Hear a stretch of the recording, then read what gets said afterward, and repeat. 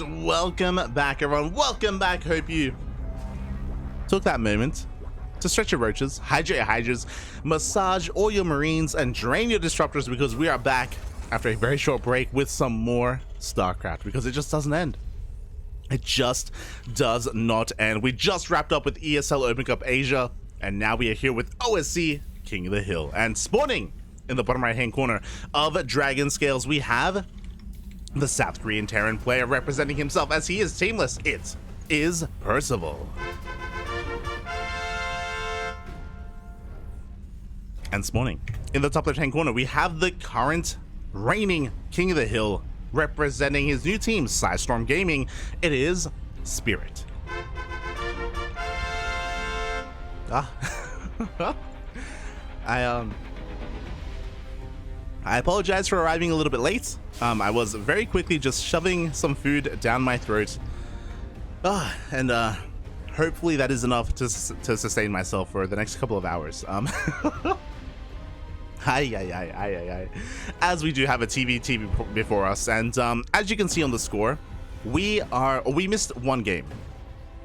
Thankfully, it was only one game, but I have an apology. I have to apologize to the people, because this is 2 weeks in a row now. 2 weeks in a row, we missed out on the first game of OSC King of the Hill, and 2 weeks in a row, we missed the man himself, the most honorable of monorables. Hung Mono, he played. We missed it. I haven't seen Hung Mono, and I don't even know if he's still hung. I don't know. So unfortunately, we missed out on some Hung Mono action. It was Spirit versus Hung Mono in game number 1. And Spirit was able to bring down the best player in all of Japan. And Spirit is now the King of the Hill. He has a 1 point, or he has one name under his belt. And that name spells the Honorable Monorable. So already a good start for Spirit, already warmed up in the TVT as well, but now he faces a very different kind of Terran player. Percival, he's quite aggressive, he's quite in your face as Terran players come, especially amongst the Korean Terrans as well. So we'll see how Spirit can do, as Spirit, of course, is one of the best players in all of Europe. He is arguably top 2 Terran in Europe right now. I mean, solidly top 3, but recently he's been having some better results in Hero Marine, to be honest. Like, I feel like the line between Hero Marine and Spirit has been blurred these past couple of months. I feel like this year, like, you can start making arguments for Spirit being for being a top 2 Terran in EU, but maybe that's a debate for another day, as we still have our game before us. We did see double gas openers from both players. Percival just rushing on past that initial bunker with his Reapers and his Hellions. He's looking for some economic damage, and you know what? He's actually gaining a little bit of ground. He does dive into the main base. He's going to be losing his Hellions, but his Reapers get into the main. Oh, the Hellion is left alone. It looks like the Reapers are going to find some damage here. There's no WCS game height, so we have to count, and 2 SCVs go down. The Hellion in the natural gets 1 more SCV. But honestly, not too much damage. After all is said and done, Spirit is still ahead economically. He still has a worker lead. Not just that, but Percival, bold move. Behind this aggression, I thought it was Spirit for a second there, because it would be a very Spirit thing to do, but no. Percival was hyper aggressive. He dove in for some economic damage. Didn't work out. He's behind economically, but look at that third. That third is almost done. Almost, as it is going to be delayed. As Spirit now has the map control after Percival did throw away his Reapers and his Hellions. A little bit unfortunate here from our Korean Terran player, as he's going to be losing a couple of SCVs. Oh my god! This was only 2 Reapers! Bear that in mind! This was only 2 Reapers from Spirit, and he was able to do more damage than what Percival did. I just put that into perspective here, as Percival did invest so heavily in that initial offensive, and it just didn't pay off. Thankfully, he still has a faster third base. It's slowed down. It is a little bit delayed because of the kill on that SCV, but now it's being morphed into that orbital. Meanwhile, after Spirit saw the third CC, he throws out his own on location. The Spirit is going to be playing a little bit of catch up here when it comes to his third base timing, but because he also knows about the third of Percival, he knows that he's safe and sound at home. He's content to work up and build up his tank count, build up his Raven count as well. He goes for a scan just to make sure nothing crazy is going on. He's not up against mech or anything like that. Oh. And even confirms the lack of ravens with Percival, and that is a very interesting decision here, as the ravens are actually across the map instead. Kind of do a little bit of harassing damage. The first auto turret gets thrown down in the main base, the second will be thrown down at the natural. Getting a couple of SCV kills. 1, 2 SCVs go down here in the natural. Oh, 3 SCVs. I believe 3 SCVs each, so 6 in total. Some pretty good damage actually from Percival. Doing a great job at now taking that worker lead. Oh, another auto turret here into the main base. But this also means that the Ravens aren't at home to defend. Spirit is going to be focusing on his frontal assault, and sure, we have tanks, but we have Ravens to disable. Uh-oh. Spirit just going to be checking the third base. The Liberators have arrived as well. Oh my god.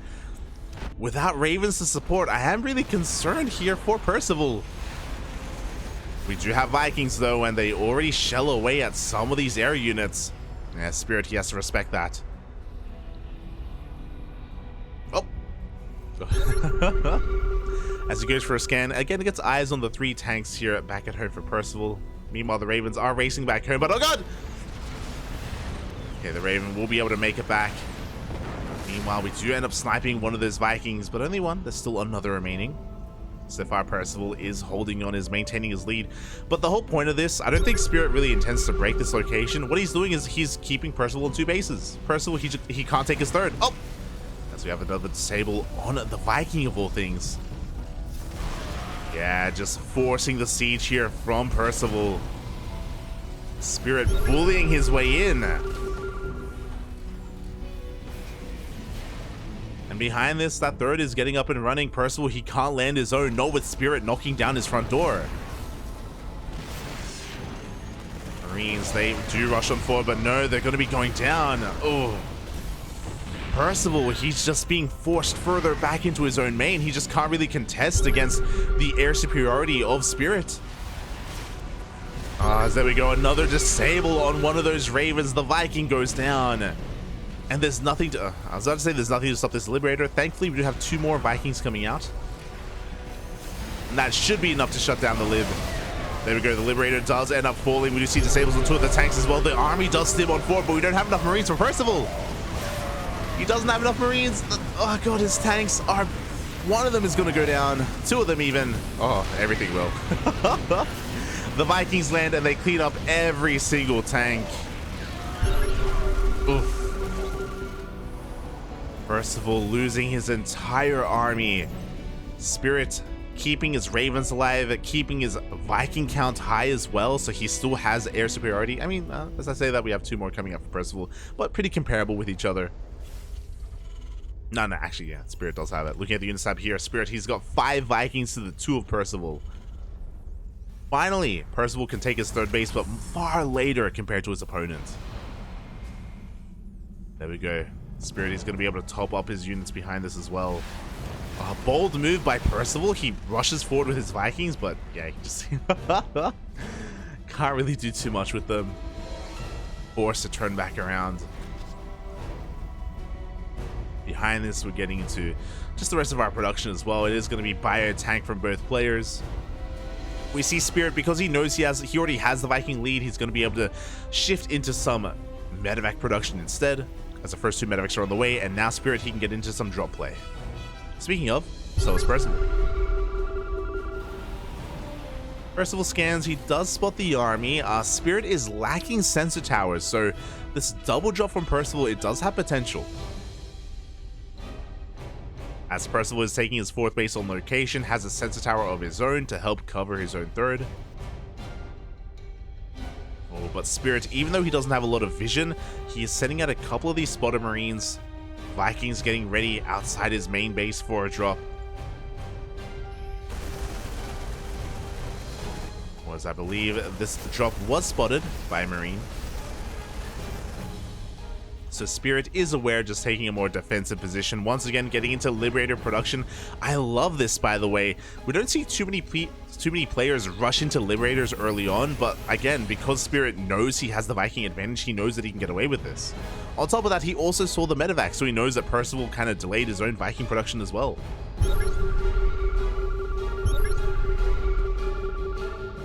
do see some counter scans. Spirit does see the drop. Team looking to take his 4th base momentarily. Oof!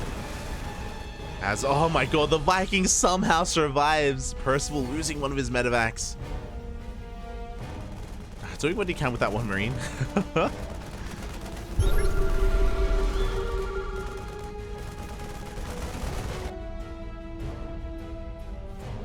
Base is under attack. So we do have a couple of scans being thrown down here from Spirit. He's trying to get an eye on the army. Spirit now has control of his side of the map. He's looking to assert himself.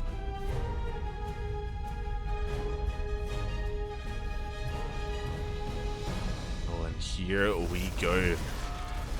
Percival just, again, going to be finding the main army of Spirits. Is going to be pulling back, and he has time to reinforce, has time to position his own.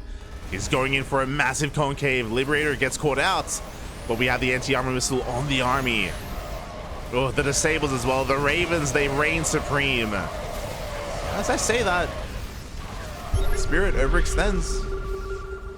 We did have 4 tanks here, not just 2, so Percival able to take a bit of a better fight. Spirit's own tanks looking very vulnerable. As the Vikings don't care, they take down another one of these medevacs. Percival trying to rotate around. Does get spotted. And as Percival leaves, Spirit can push in. Yeah, that's exactly what he does. Oh boy, and here we go. The Marine army of Percival trying to dance with the army of Spirit. He does end up running past. He's going towards that 3rd base. Does outposition Spirit. I assumed that he was trying to set up for a base trade, but alas, he wasn't able to pull that off. And this 3rd base is going to be forfeit.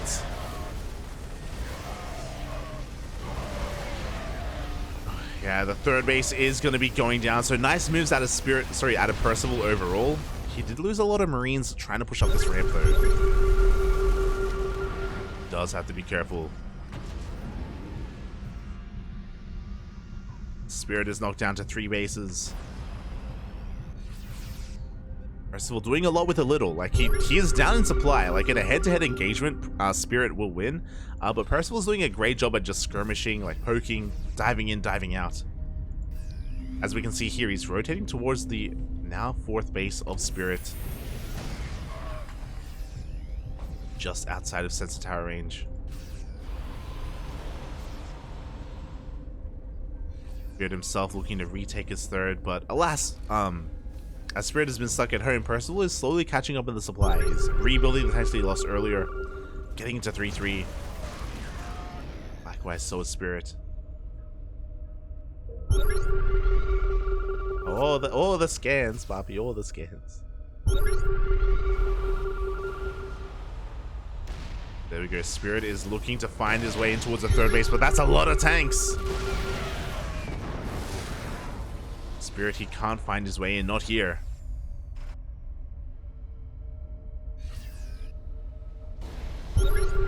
Percival trying to sneak past the army actually, and he can once again find some damage. He goes for the scan. He does see all these vulnerable tanks, but he could just go straight for the natural. That's exactly what he does.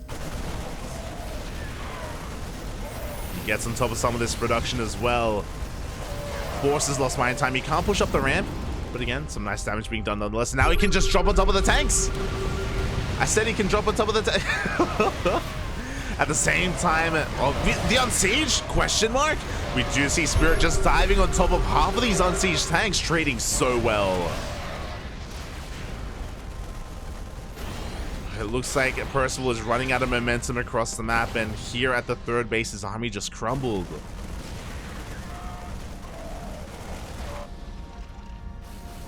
Unfortunate moment there from Percival as he loses his 3rd. Thankfully he had a 5th, so it's not the biggest of deals. He's still on a 4 base economy.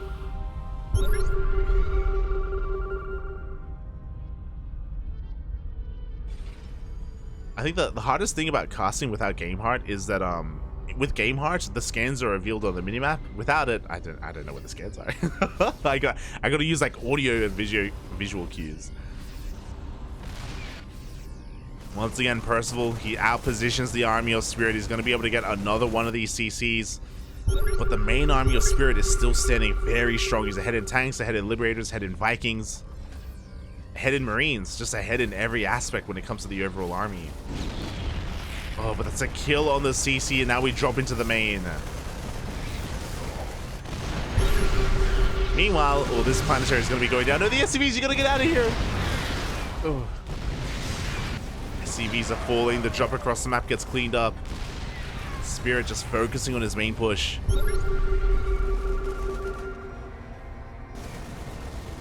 Percival still just doesn't really have enough to defend against this, though.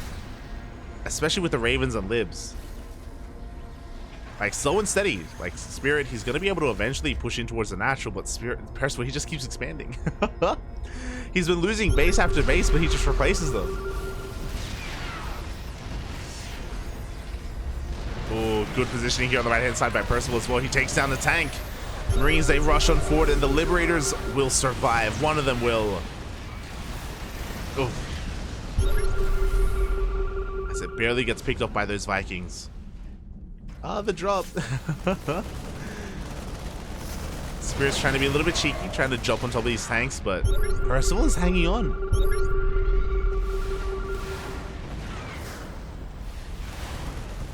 He's hanging on, Papi.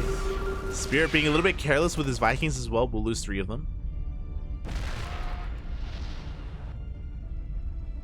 Spirit takes his 4th base once again. It feels like overtime. Yeah, we do. Oh, Percival, oh my god, he wants to dive on in. Oh, he loses almost every single Marine, but he comes in from behind. Oh. And it looks like it is just barely going to be enough. Spirit's army was broken, but he has reinforcements. Gee, that was a wild move from Percival, I'm not going to lie. Spirit isn't done though. He's gonna come back in. Oh, he does come within range of the tanks. And 2 tanks of Spirit go down for free. 3 tanks go down for free. Spirit is losing too much.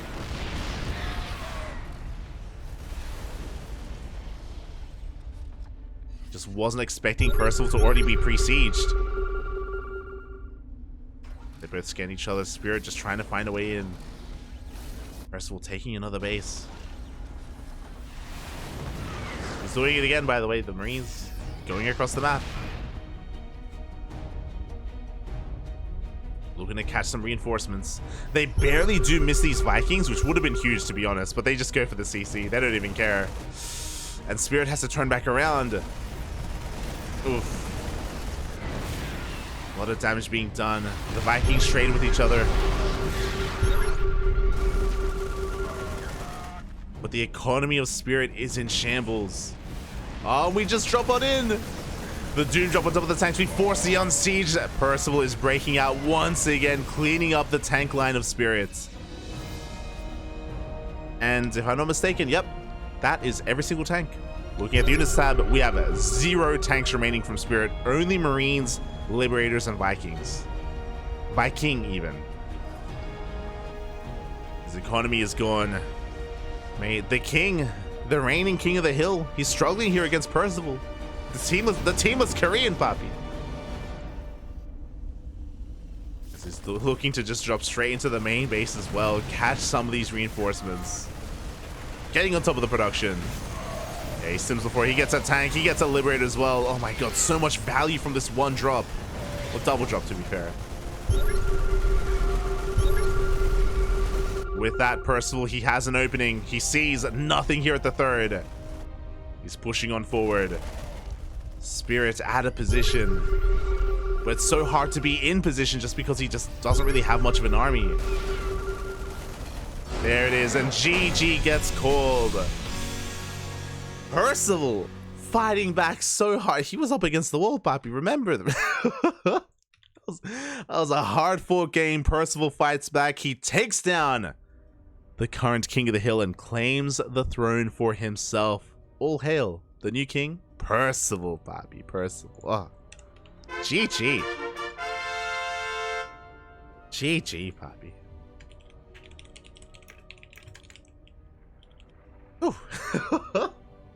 the counterattacks from Percival was so necessary as well. Like, if you remember, he was like pinned on 2 bases, pinned on 3 bases, like because the Liberator's spirit was just taking better fights, better engagements initially, but the constant counterattacks, the constant drop play from Percival was just paying off so well for him, catching bases, catching mineral lines, catching reinforcements, tanks. Oh, GG. GG, well played. Oh my god. And with that, the king is dead.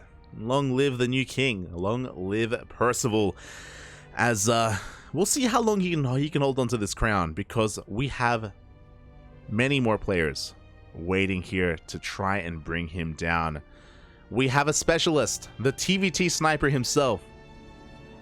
He has, I think he even has like a winning record against Beyond historically. I could be wrong about that.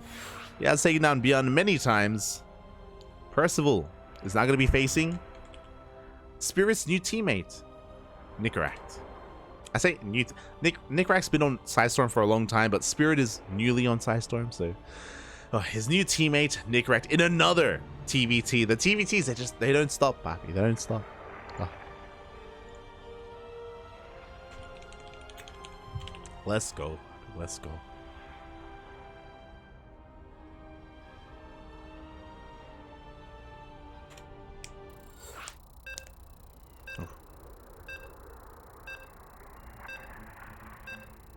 Meanwhile, don't forget to stretch. Don't forget to... Oh, God. Posture check, everyone. Posture. No slouching. No slouching in the chat. Look after yourselves, papi. Look after yourselves. As we have plenty more StarCraft to enjoy together. Let's go. Oh, right. There are some people asking in the chat. So, the format of this tournament is purely best of ones. Best of ones. The winner stays on, and the loser is out of the tournament. We have 15 players lined up here, one after the other. They're going to be challenging the current King of the Hill, and the more games you win, the more money you make. Every single win has money tied to it. On top of that, if a player goes on a winning streak, like a 7-game win streak or something like that, then if they ever get taken down, if they ever get usurped by a challenger, then there's a bonus available as well for taking down a king who's on a win streak. So a bit of a different format, a very unique format here. A lot of fun as well, a lot of fun. We get to go through a lot of different players as they are just full of best of ones. But here we go, spawning in the bottom right hand corner of Gressman, we have the Red Terran representing Sidestorm Gaming, looking to avenge his fallen teammate, his fallen king. It is Nicoract. And spawning in the top left-hand corner of Gressman, we have his opponent. We have the South Korean Terran player, the newly crowned King of the Hill. It is Percival. Just took down Spirit. Damn, what a good result. I bring this up all the time, and eventually I'll stop, but Percival, he's been MIA for a long time. He has been missing in action for the past couple of months, and I've been missing my Percival. Where have you been? And the reason for that is because he was under the weather. He was stricken with COVID a couple of weeks ago. Because of that, he wasn't streaming, he wasn't competing, and he was missing. And I was really concerned, but he is now feeling better. He is back stronger than ever, and so in form, even in form enough to bring down someone of the caliber of Spirit. So, you know, he's the king for a reason, and I would say that he's the favorite typically. But Nicoract is a TVT specialist, so he can punch up quite hard. He has taken down Beyond many times in this very tournament in OSC King of the Hill. He has brought down Beyond, brought him to his knees in these best of one formats. So, not someone to be taken lightly. As Percival does shoot first, so he does come out on top in this Reaper battle. So Nicoract, he has to respect that, has to back off. He can take advantage of these steam vents, but Percival will no longer give chase. Behind this, it was of course double gas openers all around, so a little bit aggressive here. No economic openers from either one of our players. We're going to be getting into Reaper production, into Hellion production as well. We can see a little bit of a variation here as Nicoract does go into a faster reactor, so he stops Reaper production as well as Hellions, and we do see Percival instead continuing with that production instead. Oh, as he dives into the main base, he's going to get a full scout off, but he will be losing both of his Reapers. Ay, ay, ay. Quite an expensive loss here for Percival, especially considering that he would have had 3 Reapers and 2 Hellions, and together he could have done some immense damage with that, but suddenly his army is a lot more segmented, it's a lot more isolated. The potential for damage isn't quite there, but 1 Hellion does slip past the army of Nicoract, and it looks like Percival, no, will not get a kill on any SCV as they do dive into the CC. Across the map, I can't say the same. CC is being morphed into an orbital, so 1 worker will go down for Percival. Oof. As it looks like Percival is denied any kind of mining here in his own natural. The Cyclone comes out, Percival's Hellions are cleaned up, and I can't say the same for the units of Nicoract across the map. As things are looking to calm down a little bit, Nicoract already getting into tank production, working towards his tech lab as well on his starport. Of course, with the faster tank means a bit of a later Raven. Meanwhile, Percival will be having his Raven a little bit faster, and will have more energy gathered up on it as well as a result. There we go, as we are getting into that Raven production. As we saw last game, Ravens can really make or break fights and really dictate the pace of a TVT. As Nicoract is going to be going for a bit of a Hellion jump in towards the main base, but there is plenty here to defend back at home. We get the lock-on the medevac. Oh, and we also get a lock-on the Raven as well, though, and oh my god, we can't afford to lose it! Percival, a little bit of miscontrol. He came in with his Raven and he loses it to the Cyclone, and that is a much better trade for Nicoract. Not like this, Buffy, not like this. We were just talking about how important Ravens are in this matchup, and to lose the first one to nothing, to a Cyclone of all things. Ooh, it's not a good start for Percival. Not good at all. As the Reapers do dip on pass as well. They do get an eye on the 3rd CC on location, so again, Nicoract is aware of the move out and is aware of how greedy Percival wants to be. So we do get a kill on that SCV. Is going to delay the 3rd. Meanwhile, back at home, Nicoract, interesting choice. He's only going to make 1 Raven. He's going to stay on 1, which is fine because he knows his opponent also only has 1 Raven. Until now, with actually making a 3rd. But an interesting choice here for Nicoract to stay on a low Raven count. Instead, he's actually rushing into medevac. So this is going to be a very active style coming out from Nicoract. He's going to want to defend and then go for a big counterattack afterwards. So we're going to have a bit of a different dichotomy where Nicoract is going to have medevacs for mobility. Meanwhile, Percival is going to have Vikings for just control overall. Oh, and there we go. One of the tanks is going to be disabled already. Likewise, we have the counter disable. So both tanks look at each other, and Nicoract will be able to shoot first. Oof. Yeah, we're going to be trading a tank for a tank. Marines are going to rush on forward. Stim isn't quite done yet, but Percival is going to lose everything here. And he was a little bit too ambitious with his positioning. Once again, Percival coming out worse for wear after that trade. And this is what I'm talking about again. Nicoract, mate, throw him into TVT. Give him anyone. Give him Cure. Give him Byun. Give him Gumiho. Maybe not Maru. But after the defense, especially because we prioritize those medevacs, that we can go straight for a counter drop as well. Oh, Percival, he's looking for it. He's looking for the drop, and the Vikings, they will... almost come across it. Nicoract does back off in time to have a little bit of Raven harass here into the main base, but the drop does slip past those Vikings, and Nicoract, he gets into the main. Oh, he's getting on top of the production. The tanks do siege, and this is disastrous. Percival, he has to respond with everything he has, and as the reaction is coming out, Nicoract is looking to lay siege upon the 3rd base. Nicoract is pulling Percival apart. Oh, another Raven goes down. The 3rd, every single Raven does fall. Eventually, Nicoract is going to be cleaned up in the main base, but at the same time, here comes his main army, just punishing the 3rd. NG base is going to be going down. Boys are being pulled because we have to. So much chaos is ensuing. Marines, they focus down the Liberator. Auto turrets are thrown down as well. Every single worker falls. GG gets called. And the king has fallen, only lasting a single game. Nicoract takes down Percival, is our new king of the hill. GG. Ugh.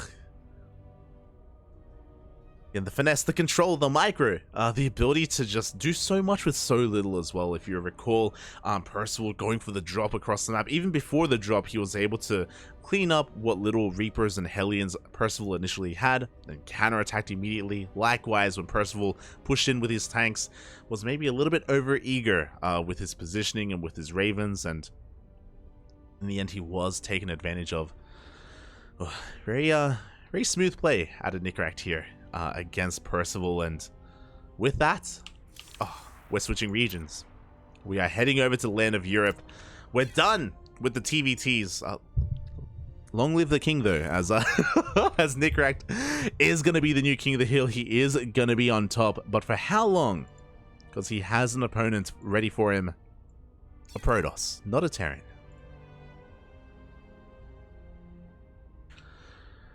We know him on this channel. We love him. Is a bit of a cat boy, for better or for worse. Even a cat girl at times. We are going to be getting into a TVP between Nicoract and NightPhoenix. Let's go. Weebs out for NightPhoenix. The Ukrainian Protoss player, and it's always a lot of fun casting NightPhoenix here on this channel. Is a regular when it comes to our events like Sparkling Tuna Cup, and even events like this, like OSC King of the Hill. Oh my god, is that giving me very little time to prepare? Jeez. Oh my god. They want to dive into this. Here we go. Game 1, or the only game, on Dragon Scales. Also, I didn't really get to get fully into this. Give us Max Packs. I'm sure we'll get Max Packs later on. Max Packs, he is a part of this tournament series, but I am not privy to the player pool tonight. 15 players are chosen, only 15 though. So whether we see Max Packs, whether we see Beyond, whether we see Dark, whether we see Special, it all depends who's available, and it all depends on who Eddie wants to field, as we are at the behest of the puppet master himself. Eddie is the owner of OSC. He's the admin of this tournament, and he picks and chooses who gets fielded. Oh boy. Here we go. Spawning in the top left-hand corner. In the top left-hand corner of Dragon Scales, we have the Ukrainian Protoss representing Hot-Headed Gaming. It's the yellow Protoss. It is NightPhoenix. And spawning in the bottom right hand corner, we have as opponent, we have the blue Terran player, the reigning king of the hill, representing Sidestorm Gaming. It is Nicoract.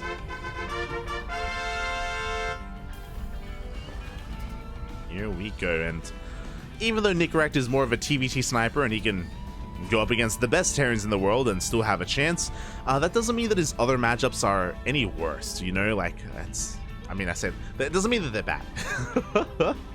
But I do think that that Protosses and Zerg players have a higher chance at bringing down Nicoract.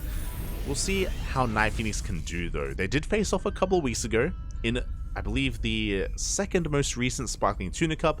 We were able to see NightPhoenix versus Nicoract in the quarterfinals, if I'm not mistaken. And NightPhoenix was able to bring down Nicoract pretty swiftly with some pretty aggressive styles, with some pretty aggressive play. But I'm sure Nicoract has been able to learn from that, has been able to grow from that. And now, yeah, we have quite a series ahead of us. Quite a game ahead of us, sorry. As we are going to be going into a Rax Expand. Let's go. Economic opener coming out from Nicoract. Only one gas was taken, so this should be going towards a CC on the low ground. There we go, the SCV's on the way. Meanwhile, across the map, NightPhoenix is just going for a gate expand, gate cyber expand. Nothing too crazy. Economic from both sides. Also, as we get into this game, I should also mention as well, just because there may be some people watching for the first time, when it comes to the map pick as well, there's no vetoes, or the veto process is a little bit different. The King of the Hill, the reigning king, the reigning champion, is able to veto one map They can pick one map to veto, and then the challenger, the would-be usurper, in this circumstance, the NightPhoenix, gets to choose from every other map. So it is kind of challenger's pick, aside from the one map that gets vetoed. So that is how the rule set goes here in OSC King of the Hill. Boy. And with that, the first adept does get across the map. He's going to be looking to delay the CC, but the Marines are here to protect that building SCV. The adept won't get anywhere near it, and the adept does get shut down. A lot of this is because we did see a fast reactor. We did actually skip the Reaper scout, or we skipped the Reaper entirely, just going for an SCV scout, and did go reactor first. So we did have a massive amount of Marines able to shut all this down. Meanwhile, the tech of choice from NightPhoenix is going to be a Stargate. Oh, so Phoenix Colossus, you'd love to see it. Aye. Not like this, Papi, not like this. But this is going to be a Stargate opener to get into Phoenixes. Phoenixes will provide NightPhoenix a... Hey, it's... yeah, NightPhoenix. There you go. They will provide NightPhoenix with a lot of map control. They can shut down drops. They can do some economic damage across the map once we get a high enough Phoenix count. As they do dip in, and NightPhoenix is trying to get an eye on the production. For all he knows, it's a 3 racks, and he's trying to figure out what is going on. He dips in. Ooh, he's going to get locked on upon, but there we go. Nice hot pickup on that Cyclone. Does cancel the lock on, and he gets an eye on the 111. He's fully aware of what he is up against. Meanwhile, we have continued Phoenix production. We're going straight into the Robo, a couple of gateways as well. We're going to be delaying the Twilight Council, and this Robo, I imagine, is going to be for a fast robotics bay to get into fast Colossi. Ooh, we're going for an Immortal first, so we're going to be playing this out a little bit safer, and it makes sense because Nicoract is going to be pushing out across the map. This has been spotted by the Phoenixes. NightPhoenix is aware of the aggression of his opponent. As I say that, I wonder if he is. He may just think it's a Cyclone. Phoenix is doing some damage across the map, but we don't have a shield battery. Uh-oh. There we go. He is going to recall back home. Immortal does come out just in time. We do have a solid force field. But do we have enough units on the ground? And again, we don't have a shield battery. We don't have an overcharge. The Phoenixes, they are enough, though, to shut down the medevac and even lift off some of these high-tech units. Wow. NightPhoenix with very little. He's barely going to hold on. GG. Oh, my God. The Immortal doesn't fall. Nothing falls. And NightPhoenix takes game. No, or he takes down the King, and he is our new King of the Hill. GG. Wow. The 1G, Poppy. The 1G. It was a pretty committed push, and for Nicoract to deal no damage, that's brutal. Again, we had like more Raxes on the way behind this. We had like SCV production as well, but again, like that push had to get some kind of value there, and he got a sentry, he got like 2 adepts, he got and he was throwing everything away there, everything he had, and alas, NightPhoenix just traded so efficiently, took him down, and just like that, that is the end of our Terran. And this may be one of those nights, we get him every now and then. Typically when we get a big name like Spirit or MaxPax or Dark, they go on a tear, and they go like on a 10-game win streak or something like that.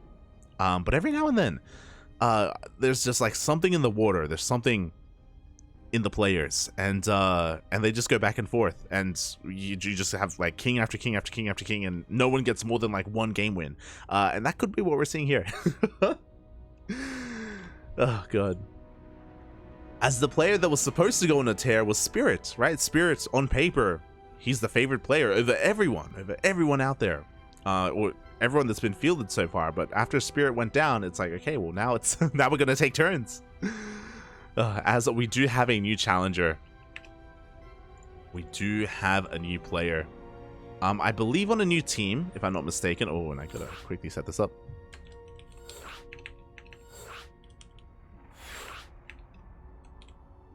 Oh god. Oh, actually, I believe currently teamless. Here we go. It is going to be a PvP. Oh boy. The new challenger has approached, has risen up, and that challenger's name is Exostriker. Now, Exostriker used to be on Alpha X, but Alpha X did recently disband. They got rid of their pro team, their pro roster, and as a result, a lot of these players were picked up by Maturino, Estrella, Demi, Future, Star Killer, Arrogfire. They all got picked up by Maturino. But this player here was not picked up by Maturino. He was left behind, which is a little bit sad. Definitely a little bit sad, and definitely worthy of being picked up by an active team. So if you're a team owner out there, consider picking him up, because we have our yellow Protoss player. Used to represent Alpha X, but is currently teamless. It is Exostriker. And spawning in the top left-hand corner, we have his opponent. We have the Ukrainian Protoss player, the current king of the hill, representing Hot-Headed Gaming. It is NightPhoenix.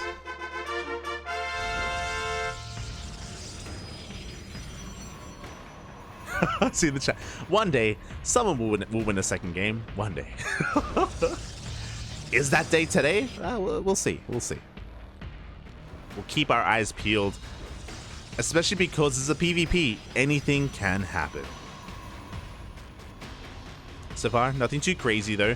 I will kind of favor NightPhoenix overall here in this best of one, but it's a best of one and it's a PvP, so I'm sure Exostriker is going to be coming in prepared with some fire, with some very cheeky builds. I look forward to it. For the time being, everything's looking quite normal. We do have 2 gate openers from both of our players. And now we all get to play our favorite game. What 2 units are going to be coming out? Are we going to be seeing double Adept, double Stalker, Stalker Sentry, Stalker Adept?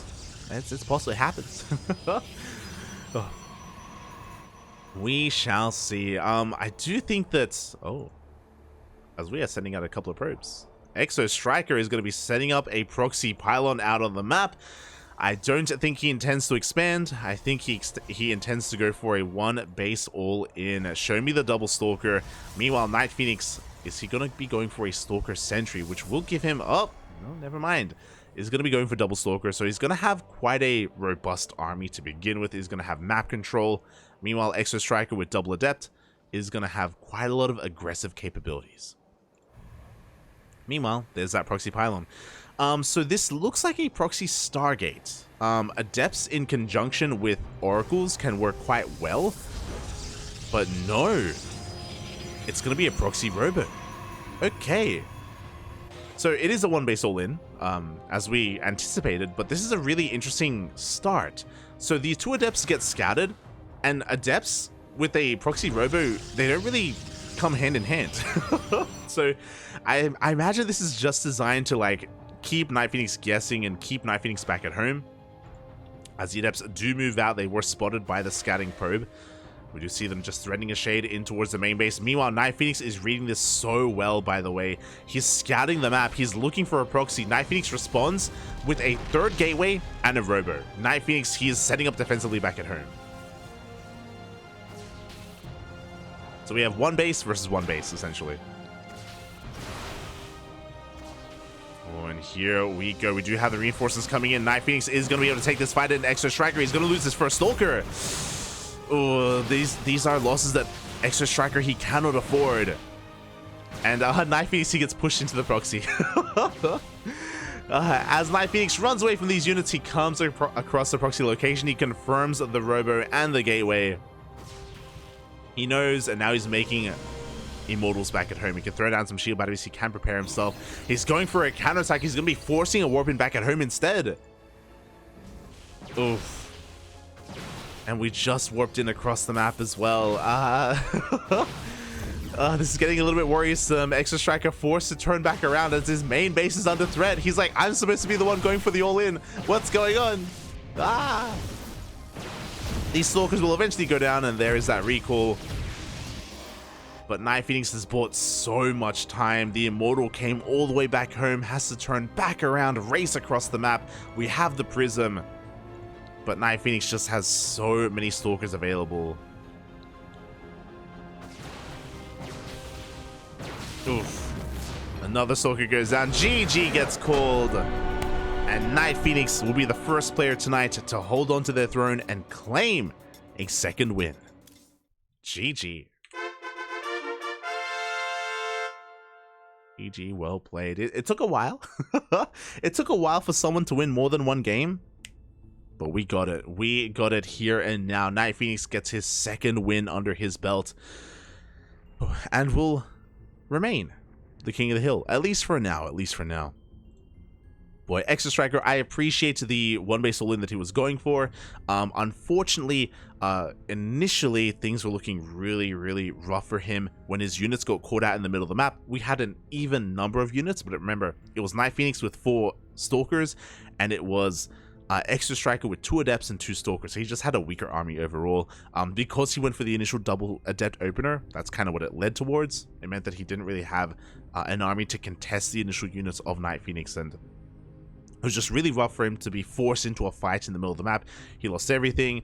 The proxy got scouted, so NightPhoenix knew that he wasn't going to expand anyway. So he could just set up defensively back at home and just shut it all down. GG. GG, well played. And with that,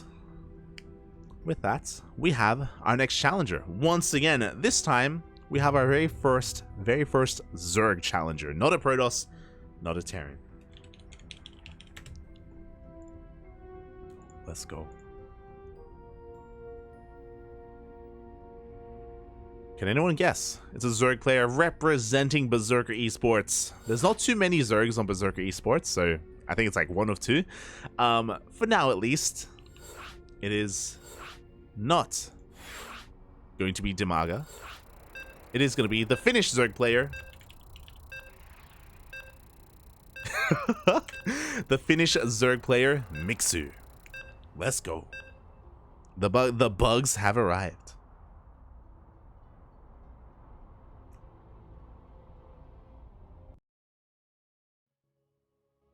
The Zerg are upon us.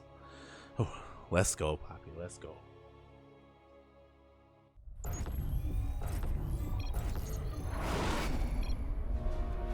And here we go, spawning in the top left-hand corner of Dragon Scales, we have the new challenger, the would-be usurper, the first Zerg player of the entire tournament of OSC King of the Hill, number 136, the Finnish Zerg representing Berserker Esports. It is Mixu. And spawning in the bottom right-hand corner of Dragon Scales, we have the current King of the Hill, the first king to reign this long, to have 2 wins under his belt, representing Hot-Headed Gaming. It is the Ukrainian Protoss. It is NightPhoenix.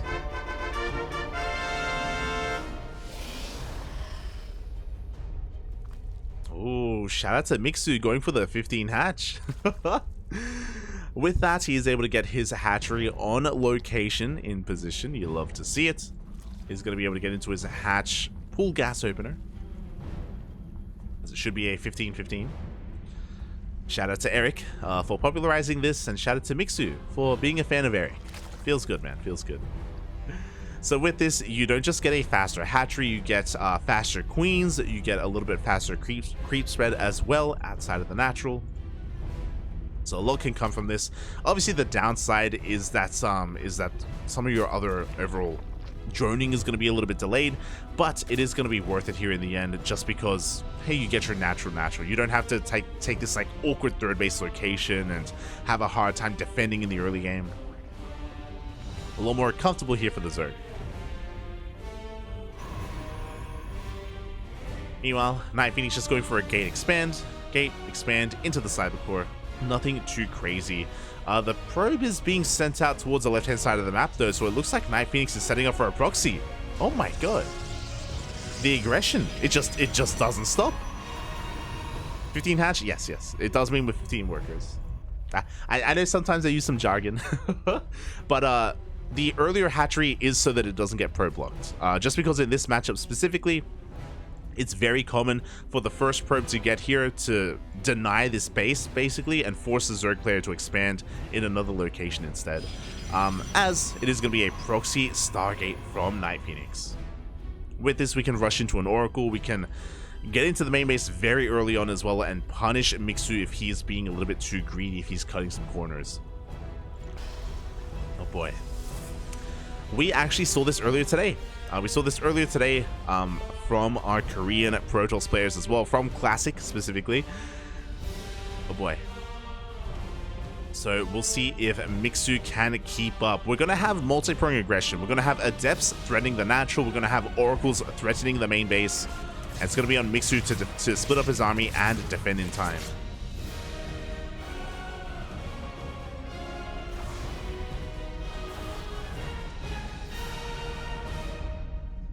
As the additional Adepts are moving out across the map. NightPhoenix almost going for a full wall off as well. Is that a full wall? I think there's a gap. Maybe? Yeah, there we go. Does plug up that gap. You love to see it. As the two Adepts are going to be threatening that natural, as we were saying earlier. Just dancing with the queens, dancing with the lings. Ideally, they keep the queens busy here at the natural base, as the Oracle is looking to dive on in. There are no spores. There's only one queen in the main base, which means that this Oracle can ignore the queen and just get into the mineral line. But it looks like, ooh, it's a little bit mistimed, but does head towards the natural. Oh. Two drones already going to be going down. A little bit of a misclick earlier as well, but oh my god, the workers, they are forced to come back, and the Adepts are just going ham. They commit to the shade. 6 workers already going to be falling. The Oracle did get focused down though, so not the best trade here for NightPhoenix. Just overextending a little bit.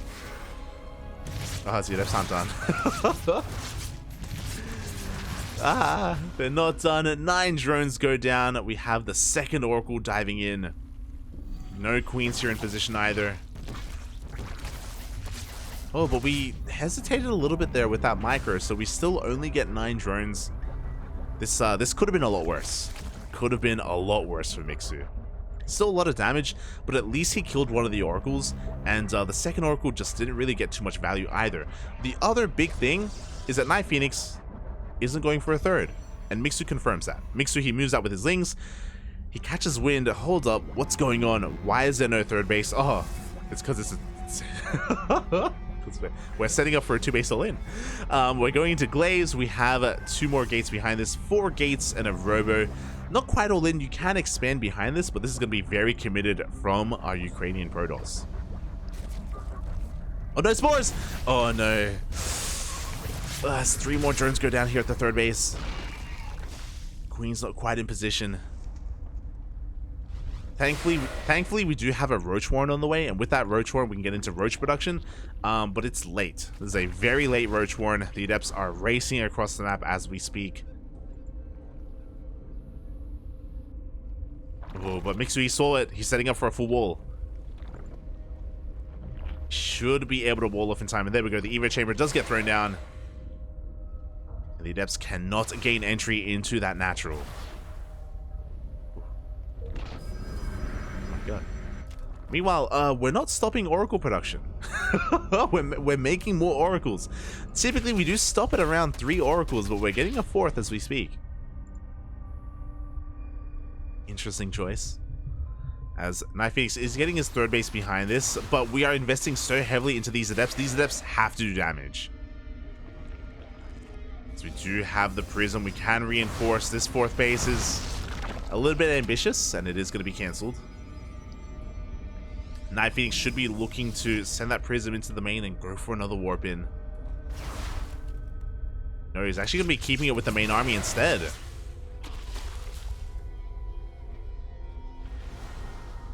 Oh, and here we go. We don't quite commit to force a bit of a reaction there out of Mixu, but there we go. The Prism does make its way into the main. The Adepts are going to be threatening in towards that third base, but we have a lot of roaches at this point. We have plenty to deal with this.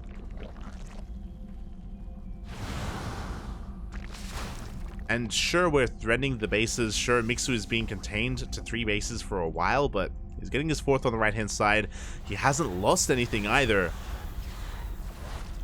This wasn't quite worth it for NightPhoenix.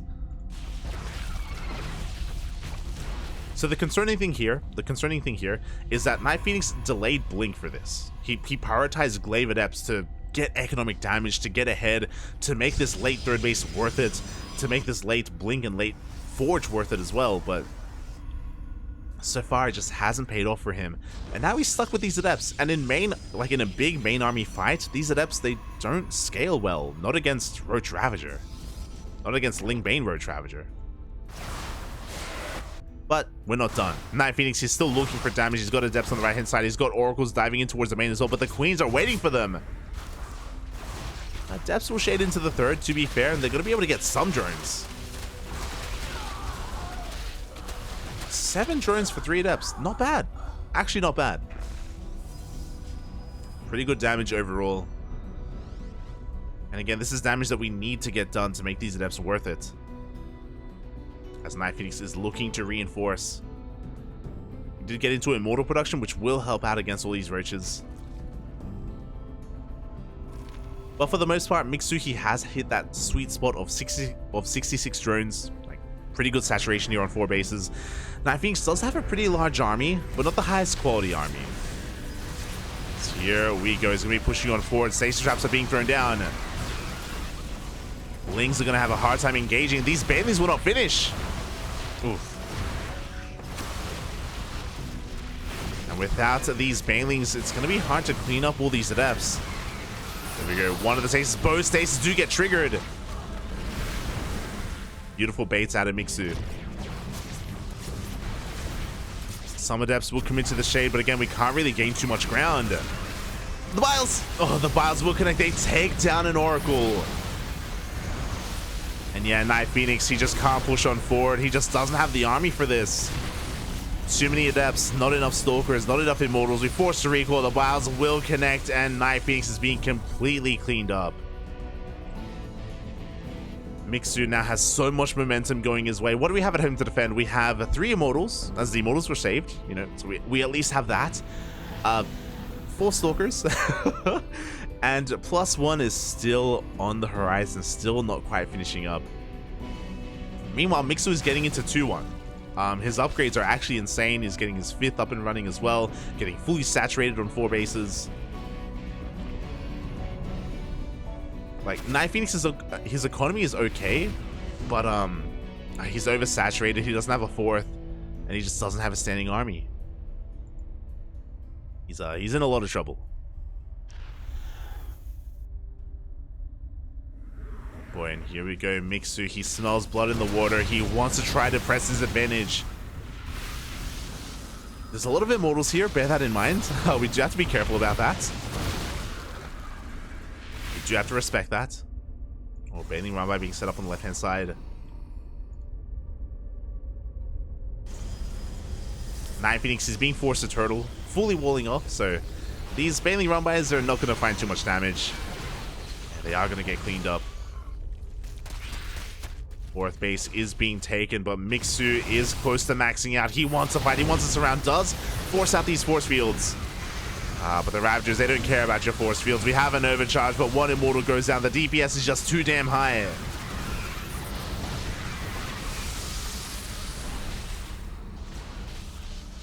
Over time, though, this army from NightPhoenix, it's actually getting pretty good. Like, he's got 3 Immortals, got a decent Stalker count. We have Colossi on the way. NightPhoenix, he just needs more time. He's been having some relatively efficient fights. And Mixu, I don't believe he... Okay, no, he has seen the 4th base. He needs to stop this. He can't let the 4th get up and running.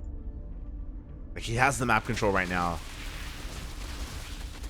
There we go. He's sending some Lings in that direction. Same time, Prism tries to slip into the main base, but it is being forced back. Oh, the burrow. The Lings do unburrow. They dive on top of that base. At the same time, the Banelings are rolling on forward as well. There is no Prism. There is no War Prism to keep these Immortals alive. Oof. Meanwhile, the Lings are wreaking havoc at this 4th base. The Adepts should clean this up, to be fair. Oh, and we do see NightPhoenix gaining ground in the middle of the map. He's recovering, by the way. Now his 4th is actually up and running. He had a high worker count earlier, and now he can actually make use of it. He's got Colossi, he's got Blink Stalkers. Mixu is trying to rush into Lurkers, but he's not there yet. He needs more time. Man, give NightPhoenix the 4th base and he can make some magic happen.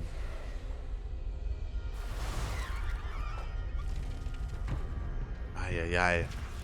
I don't know about this though. He commits to the shade and he's gonna be losing all these adepts. It's a couple of workers, I guess, maybe a little bit distracted. Link counterattack gets cleaned up. Closest count is getting higher. Now, to be fair, even though the supplies are similar, Mixu has a better army. He has gotten into lunkers. Not just lunkers, vipers. Vipers are gathering up that energy. So even though these colossi are scary, in a big fight, they shouldn't be an issue. Like, they should be abducted by these vipers. As long as we're in position. The roaches! A lot of roaches are going down for free. Mixu getting caught out. At the same time, Lurkers getting caught out for free as well. 2 Lurkers go down. Mixu being a little bit wasteful here.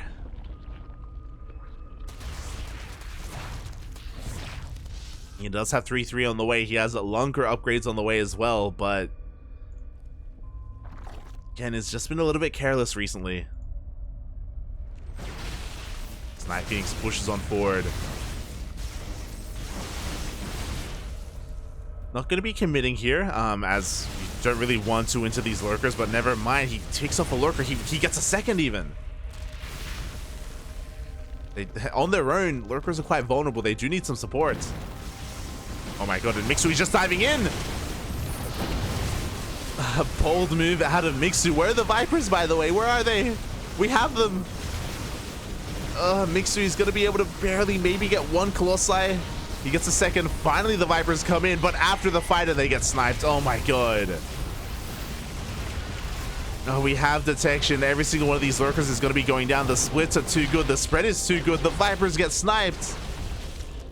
Mixu just coming in, not with everything at once. Just a haphazard engagement out of Mixu. Just overextending, and now suddenly NightPhoenix has maxed out. Suddenly he has an insane army. We have 8 lurkers on the way, but they're not ready yet. Mixu. He was looking so good in this game. He was looking so good. Deflecting everything. Oh my god. The lurkers finish up in time, but the 5th base just went down. Oh my god. Oh my god. Oh, NightPhoenix, no! Looking. No one's looking. Neither Mixu or NightPhoenix. Jesus Christ. Stalkers going down. Lunkers as well. We do now have detection for NightPhoenix. That's something that he was lacking. That's why we saw some pretty rough engagements. He's pushing through the center of the map. Can't quite get on top of these lurkers. There's just too many of them. I really think NightPhoenix should back off. He's testing his luck. He's pushing into 9 lurkers. My god. Into a concave of lurkers, I should say. Mixu, he's holding on. He's double expanding as we speak.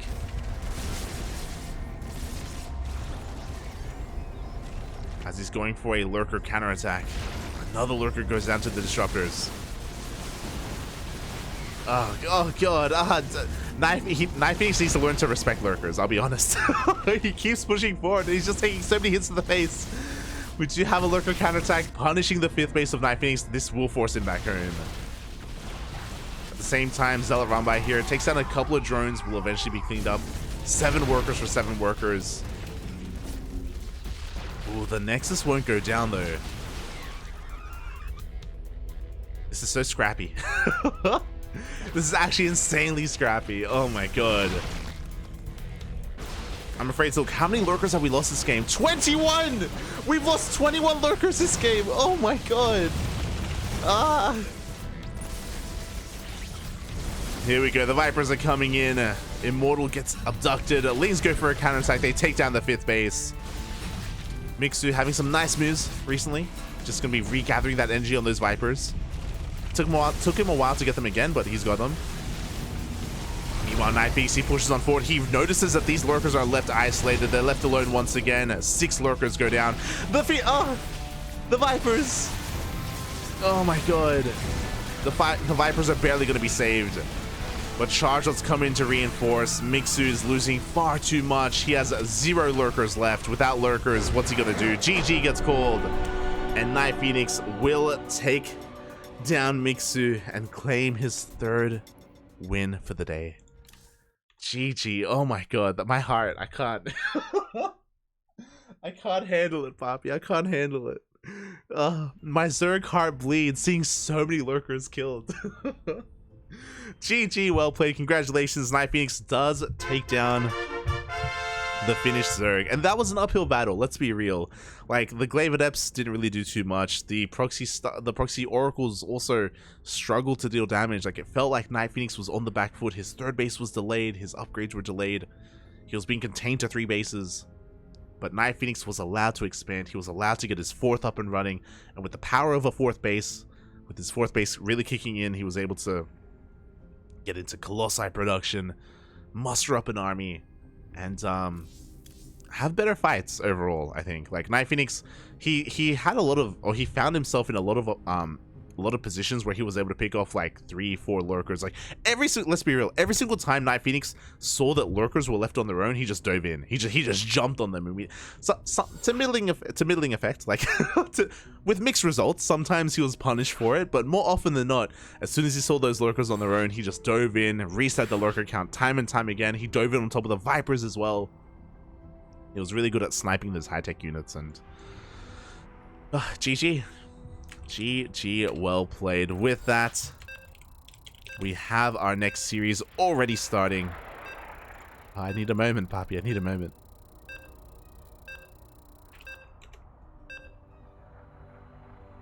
And it's going to be another Zerg player from Southeast Asia. It's going to be Demi. Oh, it's my heart, Papi. Hi.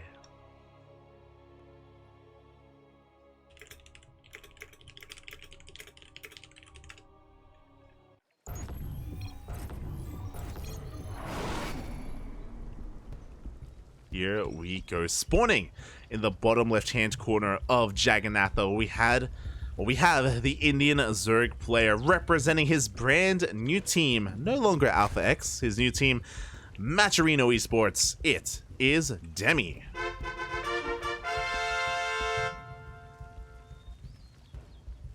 And spawning in the top right-hand corner, we have his opponent. We have the Ukrainian Protoss player representing Hot-Headed Gaming. It is NightPhoenix.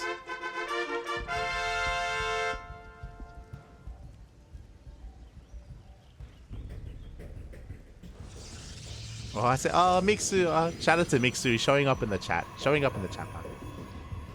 I'm surprised he didn't leave the game after the attack, but I didn't think I would throw so hard. I just, it's okay, Papi. It's like, you know, everyone has some rough games here and there. And oh my god, as much as I would love to jump into catching up with the chat, Demi, he's got a proxy hatch. Oh boy, as we get into this, I should also explain myself, as I know that we do have a lot of new viewers here for this edition of this tournament. Jagannatha. If you're a new player to StarCraft, you may not be familiar with this, but Jagannatha is an old map from earlier on in the lifespan of Legacy of the Void, from 2021, if I'm not mistaken. And this is unscattered, by the way, but this is, and NightPhoenix, he's looking for the 3rd. He's looking for where the hatchery has been taken. But this is an old map, and OSC events have an extended map pool. We have the ladder map pool, of course. On top of that, the players vote on old maps to be brought back in, just, you know, for some variety, as the proxy has been scattered, but just for some variety, and for, of course, like some balance purposes as well. You know, things have been said about some of the maps on the new map pool. So we have Jagannatha, Lightshade, and Death Aura. 3 maps from the 2021 era of StarCraft. They are a part of this map pool, and Demi has gone for Jagannatha. Meanwhile, hello. Proxy hatch has been scouted. The boys are being pulled. The Zealot has arrived. Demi is a little bit upset that he's been found out, and this hatchery will eventually go down. We aren't sending workers here for spines, unfortunately, so we aren't seeing a spine rush, as far as I can tell. Lings, oh, it looks like Demi is looking to transition back at home. It looks like he has accepted his fate, and this is a rough start for Demi. Oh. As I love this. The Adept is going to finish this off so the Zealots don't get surrounded. The Shade is well timed as well, and ooh, with the last hit, the Adept shades over the wall. That was actually really nicely timed. That was really cute. Very efficient, very tidy micro there from NightPhoenix. Oh my god. Yeah, I'm a little bit in awe. That was really cool. That was really cool. As from here, Demi is forced to expand. I guess a Hatchcast pool opener overall. We have Link Speed on the way. We do have a couple of Lings active on the map. But, yeah, Demi's natural is so very late. He's been able to drone quite heavily, which is nice. But, yeah, it's going to be long distance mining for a while. Oh, boy. Oh, Jagannath. I miss Caster's pronouncing the map name. True. I remember initially we used to call it Yaganatha, right? Like Jaeger, like Jaegers, like, you know, from Pacific Rim, I think, or Jaeger Bomb. So like I remember initially when we were casting this back in the day, when we were casting games on Jaganatha. Initially we were like, is it Jaganatha? Is it Yaganatha? We don't really know, but I think we settled on Jaganatha in the end. Is it correct? I It's fine, Bobby. It's fine. Don't worry about it. But here we go. We do see the third base under threat as NightPhoenix does counterattack with 3 Adepts and 2 of these Zealots. And ooh, alas, we do see that Demi can't really contest against this. He's got a lot of Lings, but the reduced surface area here is insane. And NightPhoenix is focusing down the base. Does force to cancel. Does even kill the drone. As NightPhoenix shades into the main base, is going to be denied by that Evo chamber, but he doesn't care. He wants those drones. Oh, is forced to recall, and he will lose 1 Adept, but will save the other.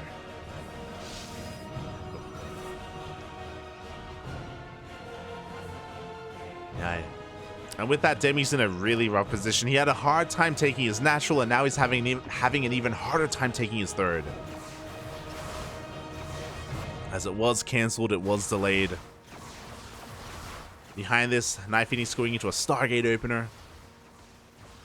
I imagine should be looking to take an expansion, and there we go. He is just making sure that his third base is safe and sound.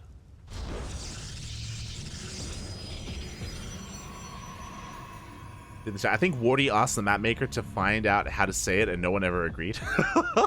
There you go. Meanwhile, the Lings have arrived, and they're going to get a full surround on this base. Can we force to cancel? Up!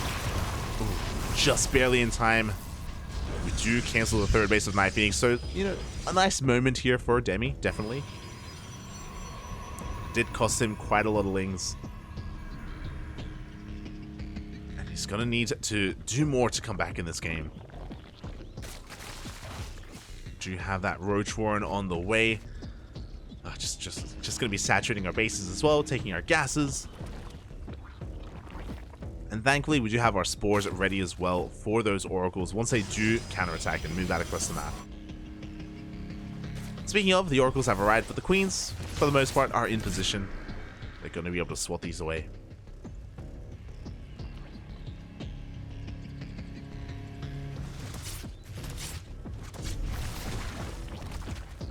Yeah, they're having a hard time finding too much damage. They force an Evo chamber. They don't even get a drone.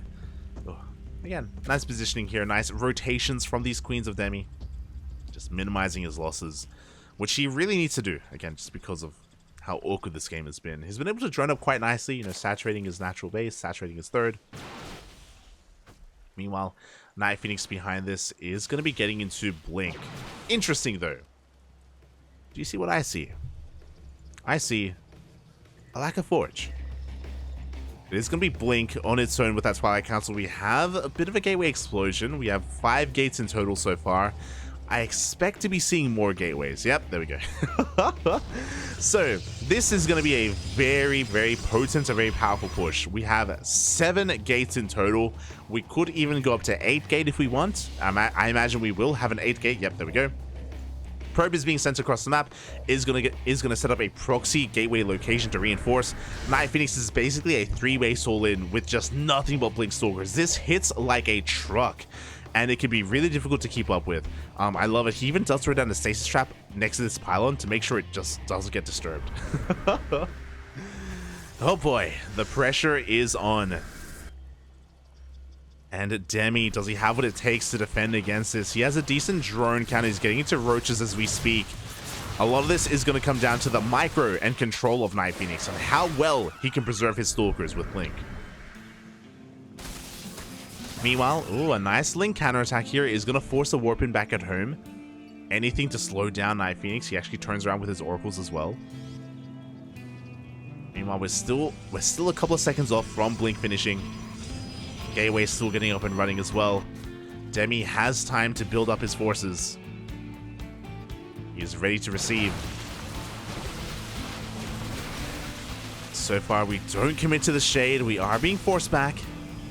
But again, that's okay. Over time, this is designed to, again, overwhelm. We're just going to keep warping in wave after wave of stalkers.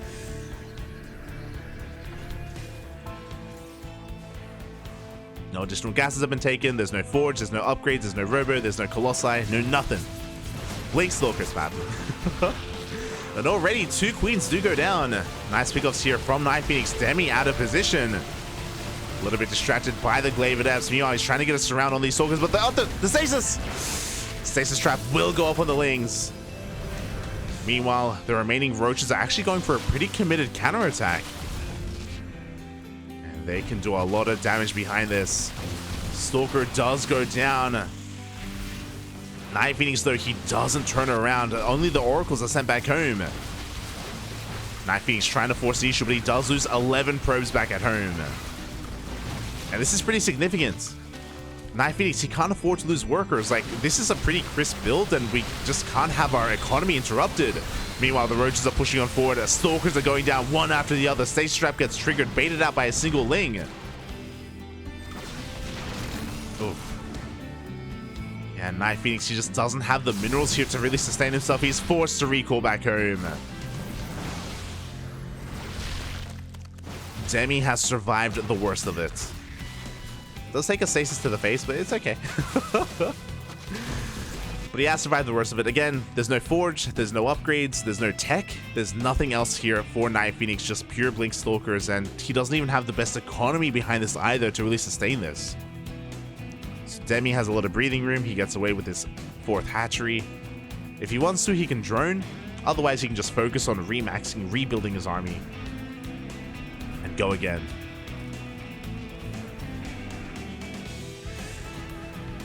He just keeps going for the roach run by. Like, this is such a risky move as well. It looks like NightPhoenix has found the 4th hatchery, and this hatchery will go down. But if you remember, he just recalled. He can't turn back around. He can't go back home. Oh, a rough blink through the army of Demi. Oh my god, so many stalkers go down. And this roach counterattack once again is going to get out of hand. Despite the proxy hatch failing, Demi, he's fighting back so well. Yeah, more probes going down. We get a surround on these stalkers. Workers being evacuated. NightPhoenix giving up on his 4th base. And it looks like Demi has done it. Am I speaking too soon? Maybe. But 26 workers just went down. We do see the roaches getting on top of this army. There's no shield batteries. There's no overcharge. No nothing. There's a shield battery back at the natural, to be fair, but a couple of roaches get peeled off here into the mineral line as well. It looks like NightPhoenix is going to barely force us back, but look at how many probes have fallen. Oh my god.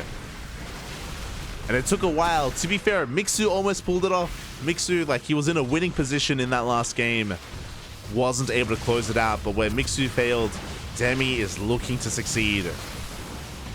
Was fallen brethren, fallen comrade, Zerg in arms. As the last remaining stalkers are being hunted down, GG gets called. And the king is dead. Demi, our new usurper, has claimed the crown for himself. He is our new king of the hill. Which button is it? God damn it. The other one. Oh, there we go. GG, well played. Congratulations to Demi as he does pull it all back and he does take down the tyrant that has become NightPhoenix. Shout out to NightPhoenix though, as he did claim 3 wins for himself. That's the most that anyone has so far today. So a lot of a really good showing here from NightPhoenix to get a win streak that long, but now it's time for Demi to reign supreme. Now it's time for a new era. A new era of StarCraft, a new era of OSC King of the Hill, as Demi already has his next challenger. I hope you like ZVPs, because we're going to keep them coming. Oh boy. Here we go. Demi is looking to face off against his teammate. His new teammate on his new team. Shout out to Matcherino Esports. If you are maybe not keeping up with some of the social media, with like the Twitters and the Discords and all that good stuff, Alpha X did disband. Alpha X have been a team for a long time, ever since 2020, I want to say, ever since you know, the COVID era of StarCraft. Alpha X stepped up as a team. They have disbanded starting a week ago or so, maybe 2 weeks. It's been a couple of days here.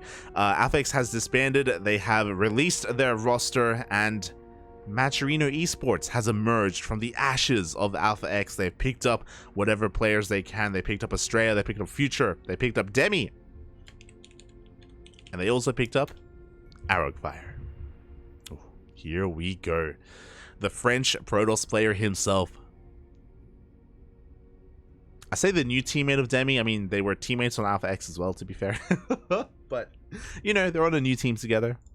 You love to see it. Shout out to Matcherino, not just for, like, Matcherino, they've done so much for StarCraft. Like, I'm pretty sure the owner of Matcherino, he comes from StarCraft. Like, he's got a lot of love for it. And Matcherino, they've hosted so many tournaments. They even helped fund the Pylon Show back in the day, if you remember. The Pylon Show used to be on Matcherino. So many events have been funded by them. And, yeah, now they're, to be fair, Matcherino, they've been scaling back on their tournaments. Like, they don't sponsor as many events as they used to, as over the years they've kind of changed their business model, but they still have a lot of love for StarCraft, and it's really cool to see them coming out with a pro team. Really cool to see. Shout out to Matcherino.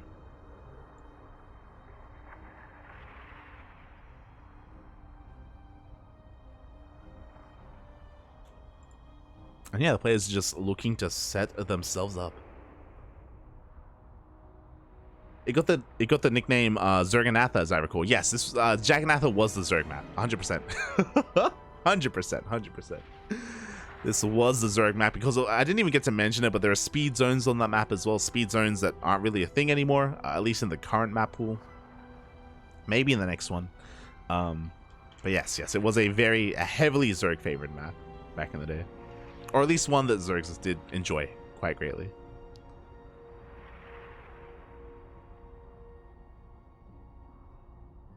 Fear Dragon had the Reddit post or comment about how to properly pronounce it, right? He asked his mom. I think I remember that as well.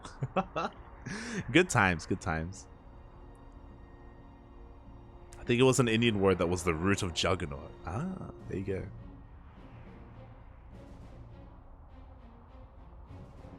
The soup didn't lie. It did not lie. Where's the Terran plushie, by the way? Oh, it's... Un momento. Oh, I also just realized that I had the wrong background. Oh, God. For an entire tournament, I had the wrong background. Hold on.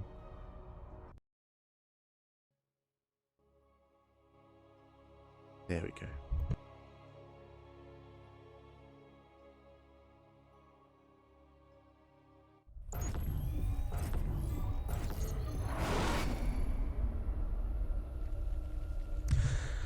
As we are getting into our next best of one, we're getting into our next challenger as we speak. Spawning in the bottom left-hand corner of Royal Blood, we have the current King of the Hill, the new reigning King of the Hill. Hopefully not a tyrant, not this time.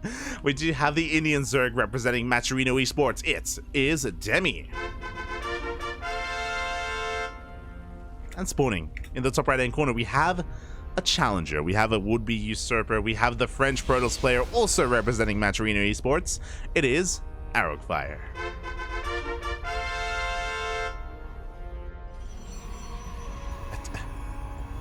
Oh, there he is.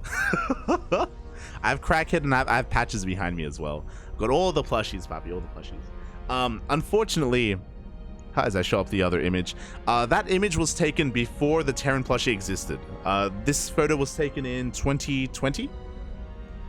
2020, 2020. That was when we first had ANZ Champs over in the ESL studio in Sydney. That's where I brought my plushies and my duck. Hold on. Have my can you see it? Up, kind of. You can kind of see the duck. But yeah, of course I had to bring my it's the CranKy Ducklings, Bobby. It's CranKy Ducklings. I had to bring it. We quickly focus on the game. But yeah, that image was taken before. That was before the charge lot, before the Marine plushie. Back in 2020. So we do need an updated photo at some point. We do need an updated photo. Soon TM. But I got him. It's okay. It's all good. Aye. But yeah, that was back when we were, I was casting from the ESL studio in Sydney. I was casting alongside the Pig, Maynard. We were covering ANZ Champs, which was basically like GSL before Australia. Australia and New Zealand, basically. Good times. No longer a thing, unfortunately, but back in the day was pretty amazing. Some of my best memories from casting StarCraft were from ANZ Champs, to be honest. Beautiful. Zeph as well, for those of you that are familiar with Australian StarCraft casters. Zeph was also a part of that. Yeah, now we can focus on the game before us. So far, nothing too crazy. Hatch gas pool was a regular timing for the hatchery, so because of that, Adept is going to be able to get one drone kill. Nicely done. But because it was a normally timed hatchery, Demi is forced to take the unnatural natural, as the probe was able to get here in time and block the natural location. As there was someone in the chat earlier asking about the 15 hatch and the benefits of a 15 hatch. This, of course, was a 16 hatch instead. As the Adepts are continuing to arrive and threaten the mineral line, they do commit to the shade. They're going to be able to get a couple more of these drones. Oh my god. Oh, 3, almost 4 drones. 4 drones in the end do go down. Ay. Not like this, Papi. 4 drones for 1 Adept, well worth it. I mean, this second Adept is going to be hunted down, but back at home, we have the third base being taken. The Oracle should be sticking around as well to make sure that it does get up and running. There we go, the Lings show up, but the Oracle will keep the safe and sound. Ooh, as they don't even get that probe either. So again, a pretty standard opener here from Arrogfire, outside of the fact that, of course, he was hyper-aggressive with his initial Adepts and was able to get 5 drones in total, which again is well worth it for Arrogfire. Unfortunately, because he lost his Adepts, it means that he has to keep his Oracles back at home.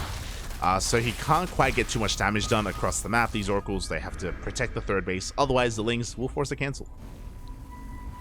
Meanwhile, the first Oracle gets across the map and, ooh, doesn't get any kills. Does just force a cancel on, or does force a spore, but nothing too major here from Arrogfire. Behind this typical transition as well, we have a Twilight Council.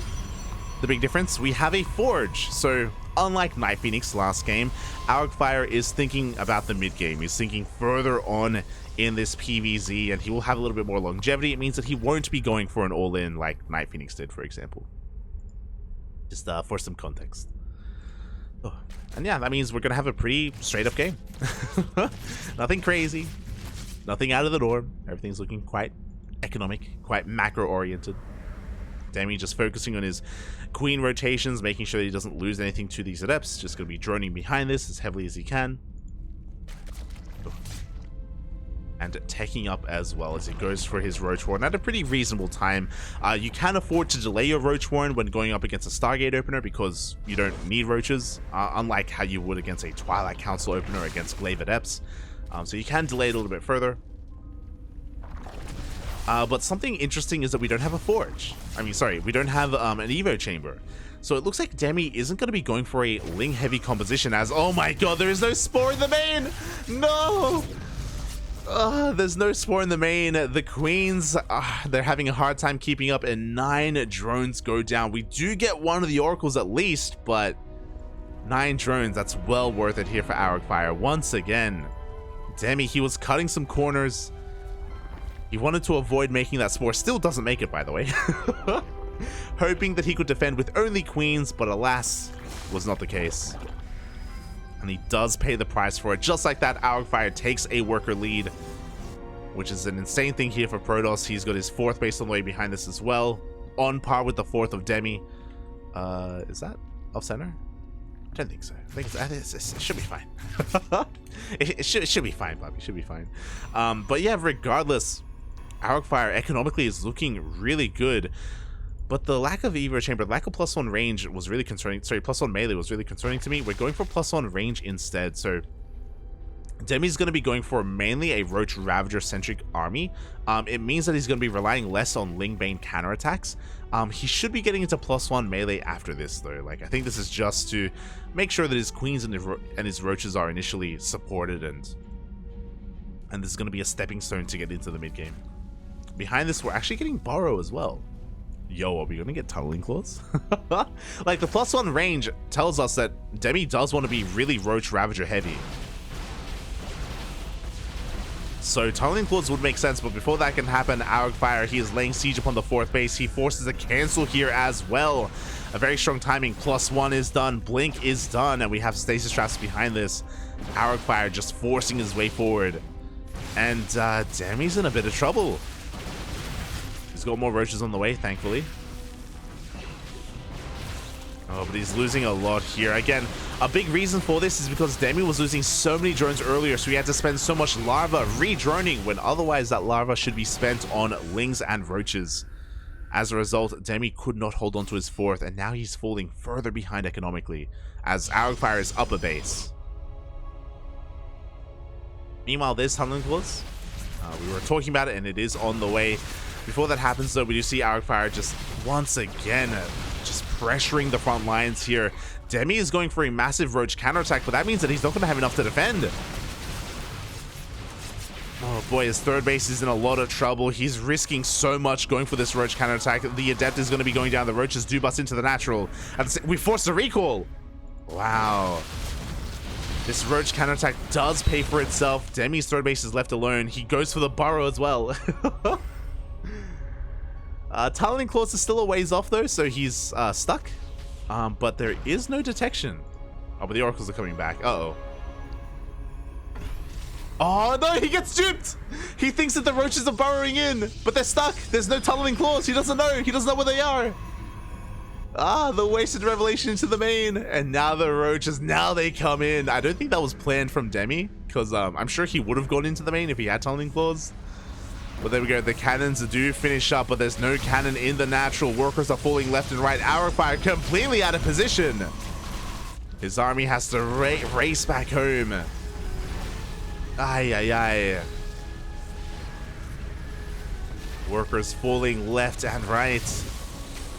And again, this isn't just economic damage. If you remember, Demi, he was struggling to hold on to his 3rd base, but he just forced Arrogfire to back the hell off. Finally, he's being cleaned up, but he killed an entire mineral line. 17 probes go down. We depower some of these gateways, some of the production. But now Arrogfire can focus on his main push. Or can he? Because Demi, he's not stopping. Oh no! Oh, I guess now he is.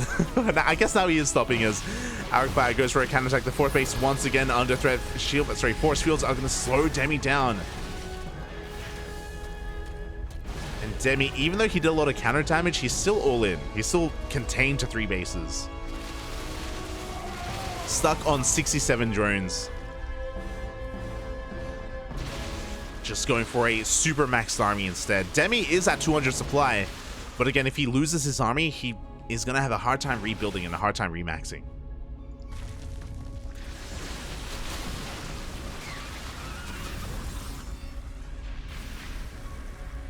Here we go, the Roaches, they do go for that counterattack. Robo is under threat. We have an overcharge. We just recalled earlier, so Arrogfire, he can't quite turn back around. Not now. We have a warp into the main. Charge is done as well. We do end up recalling. Ah, but there's no detection. Oh my god. Do we have an observer? No, we don't have an observer. We're relying on cannons and oracles for detection. Ay, ay, ay. I love this from Demi. He borrows the drones to keep them alive. Drones are burrowed. Demi just once again sharking around with his roaches. He goes for the revelation, but he misses them. He can't find them. Arrogfire. Oh my god. I don't think I've seen missed revelations this often in one game before. It's so sad. Oh my god. We have a second robo on the way. Oh, sorry, first robo. Sorry, my mistake. If you remember, the robo was initially at the third base and it was sniped earlier, so Arrogfire couldn't make observers because the robo was sniped. Now it is being rebuilt. It's here at the natural. It's a little bit exposed, not gonna lie. As more probes are going down. There we go. This time, Revelation does connect. Forces Demi to fight. At the same time, the main armies are clashing as well. Zell's doing a great job for tanking here. We have so much Roach Ravager though. Like again, Demi may be on a low worker count, but he's got a large army. As he's trying to transition into Hydras. No Lurker Den, so just Roach Hydra for the time being. Fourth base up. Not quite running, but it is up. Oh, we're actually running out of money. We're running out of mineral patches, and there we go. We are going to be transferring over towards that fourth base. Now, even though Arrogfire has been having a hard time keeping up, look at the worker counts. Like, Arrogfire, his economy is still looking really solid. Like, it's still beautiful. And now he's got disruptors as well. Like, Demi has done a great job at, like, staying in this game. Oh, God, no! Oh, my God. A massive Nova goes off. The main army pushes forward. Roach Warren goes down, and it looks like Arrogfire still should have enough to break on through. The Nova does barely connect with the army. Hatchery will fall. Like, Demi, he's been having a lot of fun going for all these counterattacks and getting damage done, but, like, Arrogfire is still just rock solid. He still has a more efficient army with his Blink Stalkers, with his Disruptors. He's taking the gold base as we speak. I just realized, Demi, he hasn't even seen the... Oh, no. I was wondering why we weren't going for any Roach counterattacks here, but Demi, he hasn't even seen that base. He doesn't know, Papi. He doesn't know. For all he knows, it's 3 base versus 3 base.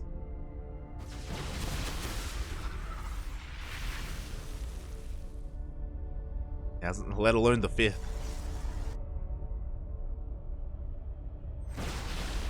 Meanwhile, Arrogfire pushing on forward. Upgrades in his favor. Yeah, Demi, he's kind of running out of steam over time, as I've got another Nova is going to connect on some of the Hydras as well. Demi going for the Hail Mary plays, going for a Roach counterattack, does get eyes on that gold.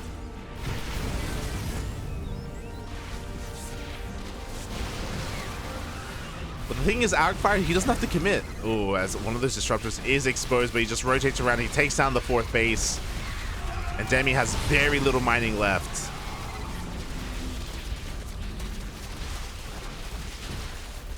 Ay.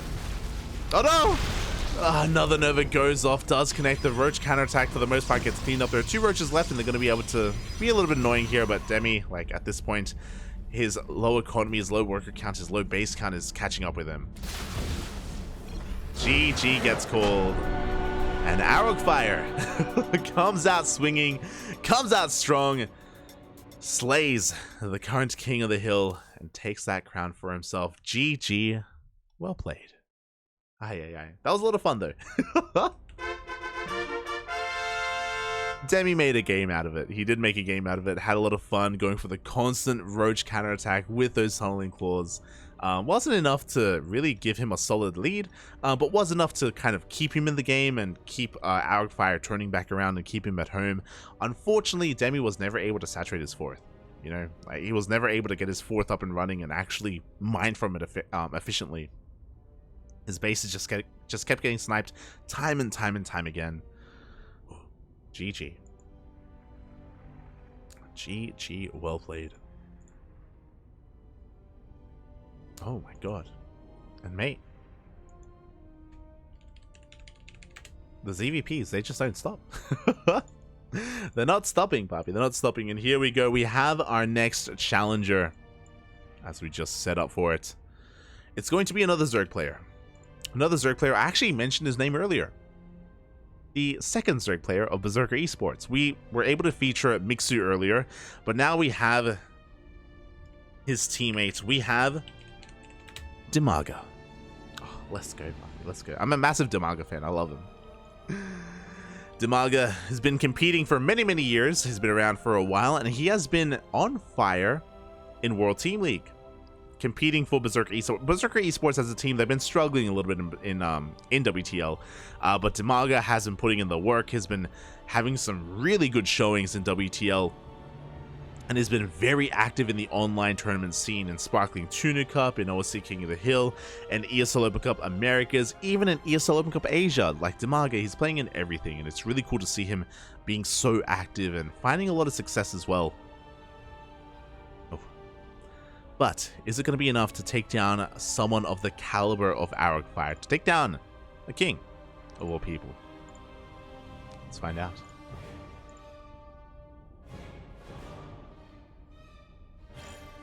Oh boy.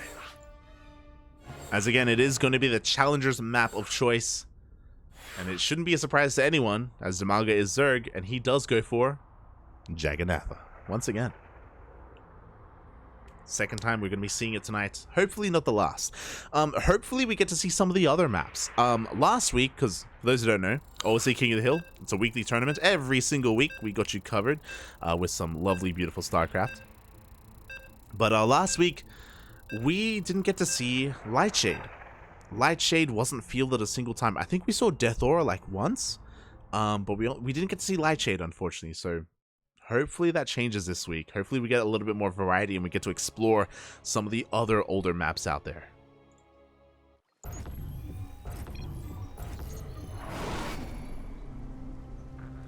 Here we go. We are diving on into this and spawning in the top right-hand corner of Jagannatha. We have the Ukrainian Zerg player representing Berserker Esports.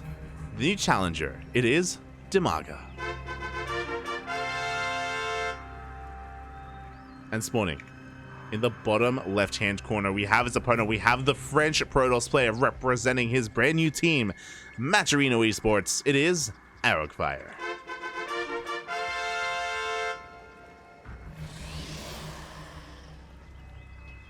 Let's go, Poppy. Let's go.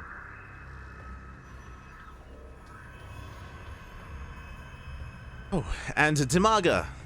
He is the king of the mid-game. He's got a lot of prowess in the mid-game. We talk about this every time, but it's like applicable every time. DIMAGA, he is typically not too aggressive in the early game. He really thrives once we get up to 3-base, 4-base economy, kind of like what we saw from Demi. Just staying on a low worker count around 66 drones, but ideally with 4 bases, so we have the larva and we have the saturation to sustain a max out Roach Ravager army. And yeah, DIMAGA has been looking really good against a lot of these Protoss players. Who did he recently face off against in World Team League? God, their name slips my mind. Let me just quickly double check. It was Berserker Esports against Team Liquid. That's it. DIMAGA, he did go toe-to-toe with Skillus. He actually went to he went 1-1 with Skillus in WTL, which was really impressive. It was really cool to see him fight back against Skillus. Fun fact, it was actually DIMAGA's birthday a couple of days ago. It was his birthday yesterday. Oh, sorry, 2 days ago. Over in the land of Ukraine, or I think he's in Poland right now. I'm not too sure. But yeah, so happy birthday to DIMAGA. He's been around for a very long time. He's been competing for a long time as well. So it's great to see him continuing to be a part of the StarCraft scene after so many years. Currently 37 years old, so good. Quite a veteran of the scene. Ever since Wings of Liberty, he's been here through Wings of Liberty, through Heart of the Swarm, and now here in Legacy of the Void, even in the post-COVID era of Legacy of the Void as well. So yeah. Great to see him continuing to compete. Meanwhile, Arrogfire, he is a younger player. He is more newer to the scene. When I say newer, I mean the past couple of years he's been more active. An up-and-comer in the European scene. And there's a lot of up-and-comers. There's players like Battle B, Arrogfire, Eba, Young Yakov, Soul Spirit. A lot of young talent has been rising up, and Arrogfire is one of them. has a lot of potential as a player, and hey, there's a reason why he is the current king of the hill. But can he hold on to that crown? Because so far, the only player that has been able to take more than one game has been NightPhoenix. NightPhoenix, the other Protoss player, to be fair. But NightPhoenix did get 3 wins under his belt before he did retire, before he was slain by Demi, of course. Oh. Can Arrogfire live up to the hype? Can he live up to the Phoenix? We'll see. NightPhoenix being another one of those young players, actually. As we have a pretty standard opener here from Arrogfire, he is going to go for the gate expand into the Stargate, into his third base, so nothing too fancy out of Arrogfire. Likewise, nothing too fancy out of DIMAGA. Going for his hatch gas pool, going for his third base, saturating his bases. Queens are looking to swat away these oracles. Now, bearing in mind, we saw that Arrogfire had a lot of really good control last game, and against Demi, he was able to get, what was it, 9 drone kills? He got a lot of worker kills in that previous game, and Demi was hurting quite heavily as a result. We'll see if the same can happen here, as we do have a bit of a link counterattack. All these adepts are being caught out. Both of them will go down. Not quite positioned well enough here in between the mineral patches. So yeah, DIMAGA is able to do some counter damage. He also forces one of the oracles back home. Speaking of, oh, the first oracle does sustain a bit of hull damage as well. Arrogfire, he's got to be careful. Does have to be careful as... Oh. This is interesting. Arrogfire, I think we've seen this before. So Arrogfire, this is like triggering like a memory in my mind of, like, we cast a lot of StarCraft obviously, but we have seen this opener before. Maybe it was from Arrogfire as well. As oh, the oracles are going to be taking quite a number of hits here as they do dip into that natural. At the same time, the adepts are the ones finding damage. They get 3 drone kills before they do get cleaned up. Oh, you get a 4th. Not too bad. Meanwhile, oh, a bit of a blunder from Arrogfire once again. The oracle does go down, so we're now down to only 1. But specifically, what I'm kind of freaking out about is we actually prioritize the robo production over the Twilight Council. There is no charge, no blink, no glaives, no nothing. Because of this, Arrogfire, he's gonna kind of relinquish map control for the most part. He's only gonna be relying on his oracles and adepts, and he's gonna be building up a ground army instead. We have immortal production commencing. We're rushing into a bay as well to get into disruptors or colossi.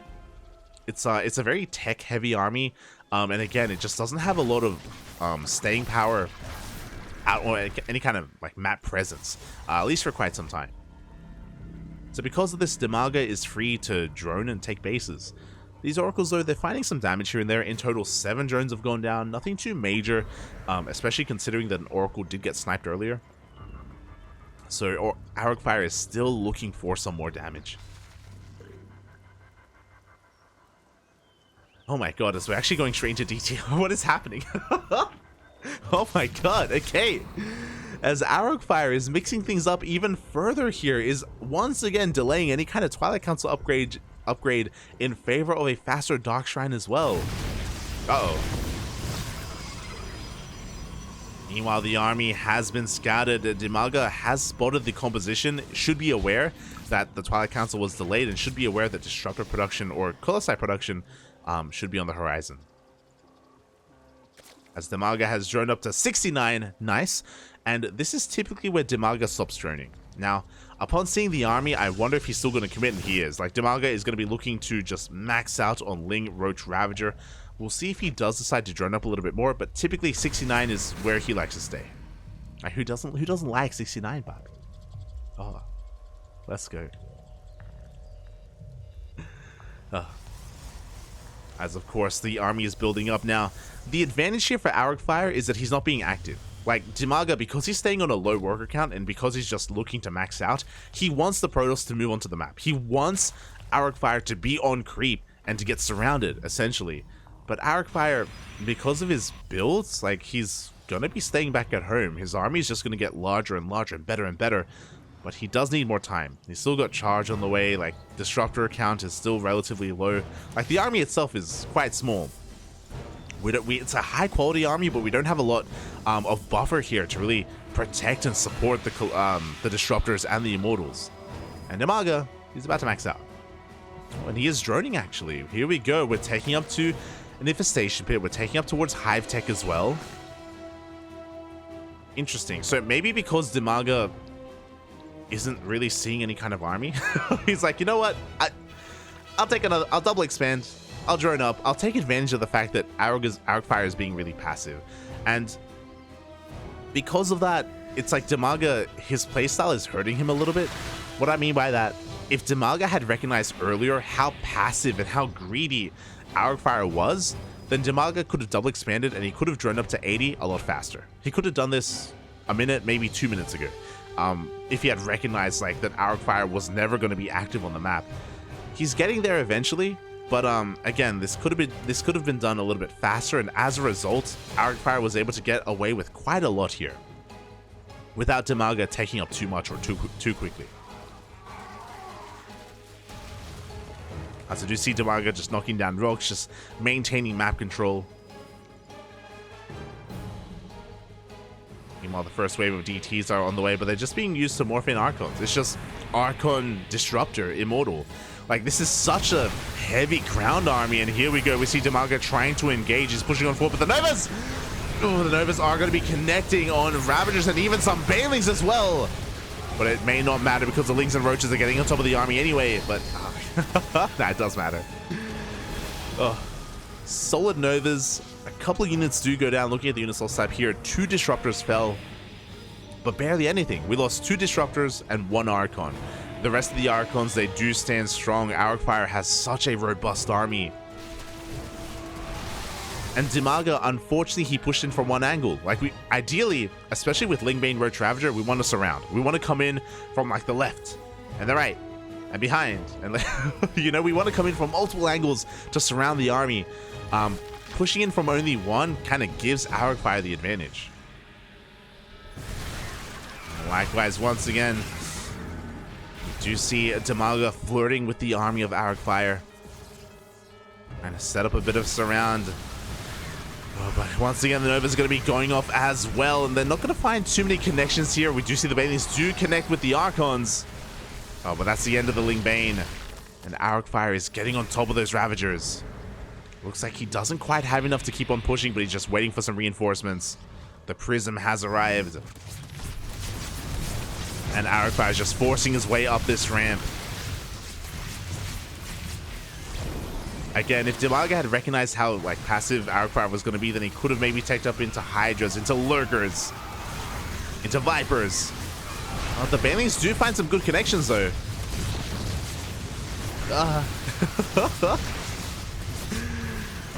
Oh god, as another Nova does go off, it looks like DIMAGA is barely going to hold on. These Archons are so low. They barely have any shields remaining. The reinforcements from DIMAGA should be enough, and Arrogfire thankfully doesn't keep pushing. He's... Oh god, no! Back off, Papi, back off! Oh. See, we'll be losing one of those Disruptors. Does reinforce with those Zealots. But it looks like Arrogfire, he's going to back off for the time being.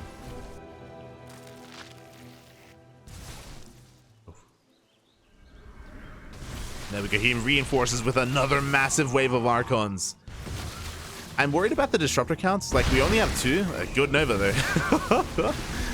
Oh my god, another massive Nova. The entire army of DIMAGA crumbles in the face of those Disruptors. I don't know if you saw, he was trying to snipe the Disruptor. He was trying to focus it down, but 1 second too late. He gets the Disruptor after the Nova goes off. GG gets called. And Arrogfire will take down his challenger, the would-be usurper. He holds on to his crown, and he's still our king of the hill. GG. Ooh. Aye, aye, aye. That was an insane Nova. Oh my god. Mate, DIMAGA thought he was Bjorn, you know? DIMAGA thought he had Stim Puppy. He charges on forward, dives on top of the Disruptors. Roach DPS, or the rate of fire of Roaches, is not that high, and was not able to focus it down in time. Regardless, GG, well played. Congratulations to Arrogfire, as he does take down his opponent, his challenger. Oh boy, and who can rise to the challenge? Who can rise up and vie for the throne here. Who's left? We've been going through a lot of players. We've been through some Koreans, some Southeast Asians, some Europeans. Been through a lot of Europeans, actually. Who haven't we seen yet? We saw Spirit. There's some big names that we haven't seen. We haven't seen Bjorn. We haven't seen Dark, MaxPax, Nightmare.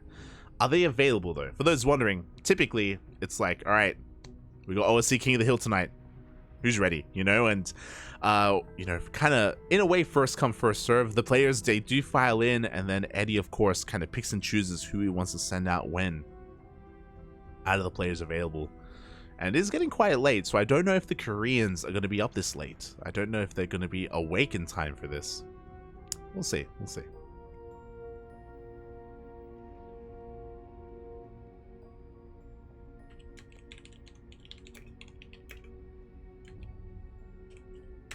So I'm just going to be updating our lovely admin with the score. But yeah, those are the big names. What about some of the other names? We haven't seen the German Terrans, if you recall. Soon, Shark Ripper, and No Mercy. Actually, I haven't seen No Mercy in a while. Hope he's okay. I love the German trio, the German Terran trio. They would always show up in these tournaments. They'd always come in together as well. For those who don't remember, they used to be the Synthex boys, but the team Synthex did disband a couple of months ago. So I actually don't know if No Mercy, Soon, and Shark Ripper are active anymore. Like I haven't seen them in a while. It would be a shame. Like they had a lot of talent. The young group of friends that yeah, rose up quite a bit and improved quite a lot over time. Who else? Who else? We haven't seen any of the German Protoss. Sorry, the Polish Protosses. You know, I'm talking about like MeomaikA, Gerald, Krystianer, Mana, Art. There's a lot of Papi as well, Rodzin. There's a lot of Polish Protosses out there, and we haven't seen any of them yet. I'm sure we'll see at least one of them. It wouldn't be an OSC King of the Hill without at least one Polish Protoss.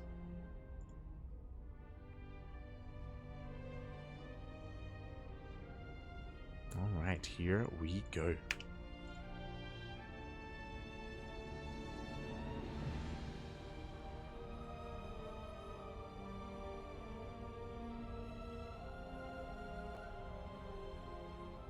That duck is not CranKy. It's not CranKy, Papi. It's not supposed to be CranKy.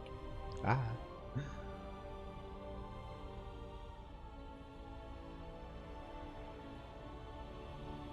What does a CranKy duck look like? Row bags with the CranKy face.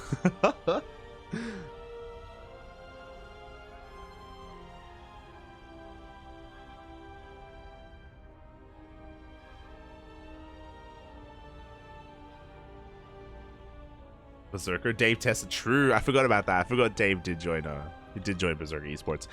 Sorry, I was just catching up with the chat, catching up on some of the things that have been said. But we are getting ready for our next series. And if you're an old school viewer, then you should be familiar with this name. Is not going to be on Berserker Esports. Is actually going to be a part of Team StarCom instead. Team StarCom does have a lot of players, to be fair. But this is going to be an old school Terran player. Terran, Papi, Terran. Nice.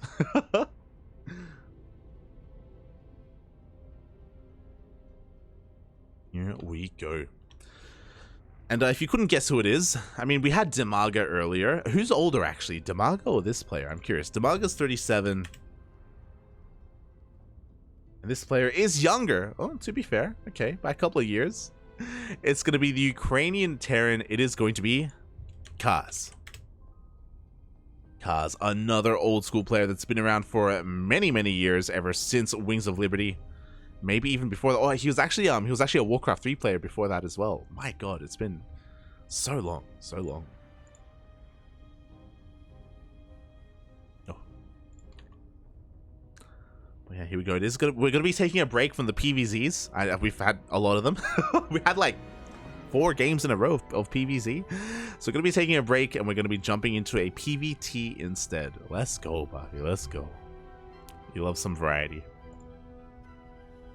Oh. Oh, and we're nearing. We're getting through this. So far, we've already had 9 matches. This is gonna be the 10th match, and there's only gonna be 5 more after that. So we're kind of working our way through this, getting through that bracket.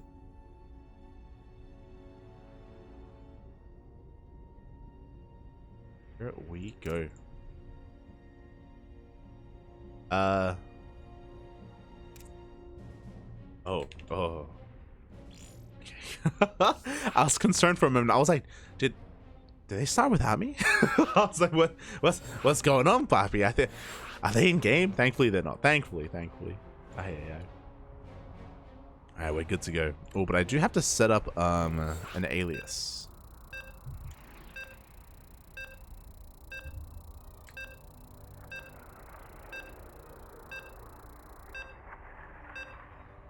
Alright, here we go. The PVT is upon us. We're loading on in, and the map of choice from our challenger is going to be Babylon. We're going back to the current map pool. Let's go. Oh, this is going to be a tough color to replicate. But spawning in the bottom right-hand corner of Babylon, we have the Ukrainian Terran player representing Team StarCom. It is Kaz, aka Yuki. And spawning in the top left-hand corner, we have his opponent. We have the French Protoss player, now with 2 wins under his belt, the current king of the hill, representing Maturino Esports. It is Arrogfire. On a bit of a tear tonight, taking down some solid Zerg players in Demi, taking down NightPhoenix as well. Wait, was it NightPhoenix? Taking down Demi and DIMAGA, that's it, right? Demi and DIMAGA, 2 Zerg players, but can he bring down a Terran? That is the question. Also, I should, just to make sure there's no confusion, can I fix this up? Do I have the color? I really don't. This is going to be a little bit scuffed, but you know what? It's fine. Bam! God, that's a bright pink. That's you can barely read his name to begin with, but there we go. That's what we have to work with right now. It's fine, Papi. It's fine. We are getting into this TVP, and we do see Kaz going for a Rax Expand.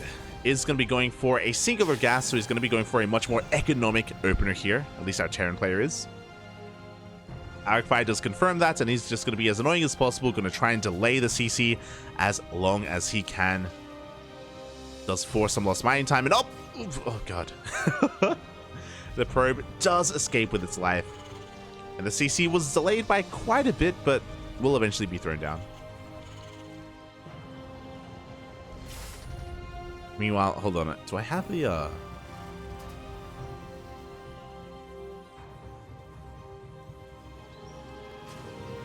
as we do get into this, I was about to ask, do we have the color code? I do have the color code. Hold on, we have the technology.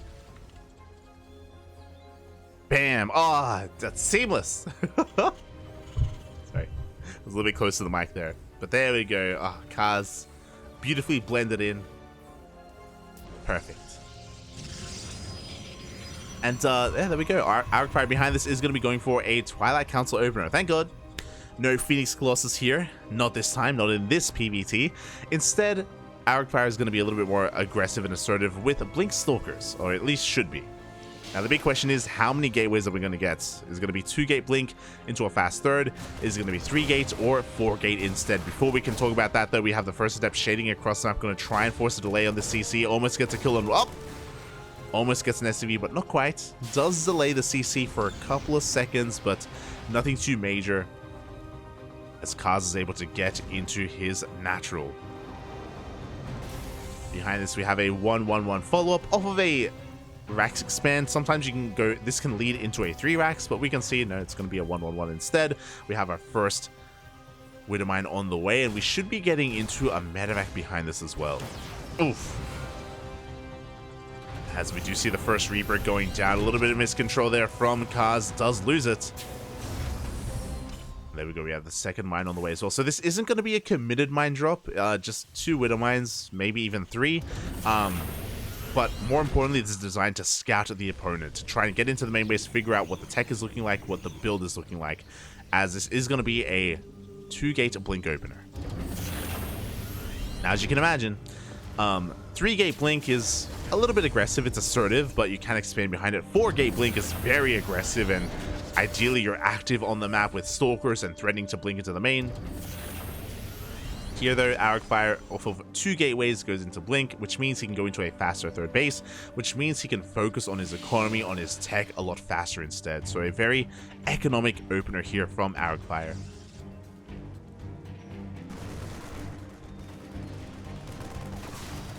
It's not going to be aggressive at all. Oh, God. As, somehow, some way, the Adept does get into the main and gets a full scout as well. Does get an eye on the 1-1-1. And should be aware that a drop is coming his way. Yeah, stalkers are in position. Blink is done. Now it's going to come down to the reaction time of Arrogfire. As the medevac does slip into the main base. Arrogfire, he sees, he knows, he shuts down the drop. 2 mines do burrow and up. In the end, only 2 probes will go down. Oh, the retargeting. Oh, the retargeting. Oh. Only 2 probes, a little bit of extra lost mining time. That was really cute. That was manually retargeting from probe to probe to make sure the shot didn't go off, to just deny as much mining time as possible. But eventually it did get cleaned up.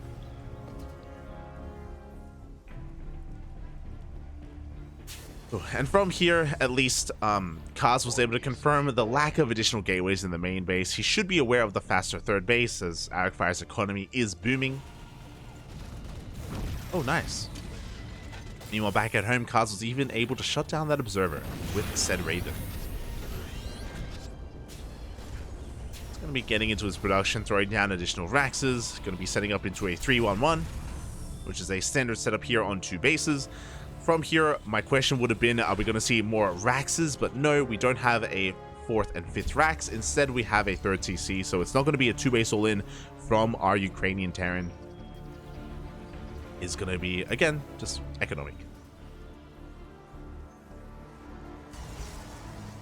Yeah, we're getting into a pretty chill PvT. Of course, we had a drop earlier, but yeah, I do kind of favor Arrogfire a little bit, right? Like, he was able to get away with an economic opener. He wasn't really punished for it. The drop didn't really do too much, and now he's getting into his gateway explosion. Now he can finally focus on his army. He's been getting away with just a handful of units here and there. But as he ramps up, he's going to be looking to assert himself and delay this third base for as long as possible. At the same time, we do see, oh, actually, never mind. We stopped tank production. We're going into mines instead. Okay. Interesting. Yeah, we're going to be stopping at 2 tanks. We're getting into Marine Marauder mine production instead, which can work quite well against these gateway-heavy compositions. Speaking about charge-outs and blink stalkers. But can he take that third is the question, as Arrogfire is looking to threaten a drop into the main base. I don't know if it's necessary to go for the drop yet. I think we want to wait to see Kaz move out, basically. Speaking of, there we go. The move out has been spotted by these blink stalkers. As Kaz moves out, Prism moves in. Oh, and there's not much here at home to defend, as, oh yeah, Kaz is forced to turn everything around. Zelts do get dropped into the mineral line. We could even go for a warp in as well, but for the time being, Arrogfire is just going to be trolling his heart out, just trying to be as efficient as possible. Oh, it does save every single one of those Zelts and does drop in towards the natural as well. Oh my god. Oh, and the Prism will just barely escape, will just barely get out of range. And what I'm impressed by is that Arrogfire didn't lose a single Zealot. There are 2 Zealots in the red, but I mean, look at how efficient we've been so far. Like, yeah, damn. I mean, the drop didn't get out of hand. You know, just a couple of workers going down here and there, but regardless, a really efficient move from Arrogfire. Meanwhile, Kaz is now free to move out on the map. Third base is being taken, is being saturated. Oh boy, and this is a pretty hefty army. We got a lot of Marauders, we got a lot of mines. The mines are going to be the really important part of this fight, just because we are so Zealot heavy. But now we have Colossi coming out, and They may render these mines inert. There we go. We have a disable on one of those Colossi. Force fields are thrown down, just cutting up the army of Kaz. Oh my god. Do you have an anti-armor missile? The disable is going to be running out. That was a kill, by the way, not a cancel on that fourth base. So Kaz doing a lot of damage. He picks up and he goes straight into the main. Arrogfire out of position. Wasn't quite ready for this, as we do just carpet bomb into the main base. And what can we focus now? We can get some workers. We can maybe get some tech as well. Yeah, he's going straight for the mineral line. Oh my god, 20 probes go down.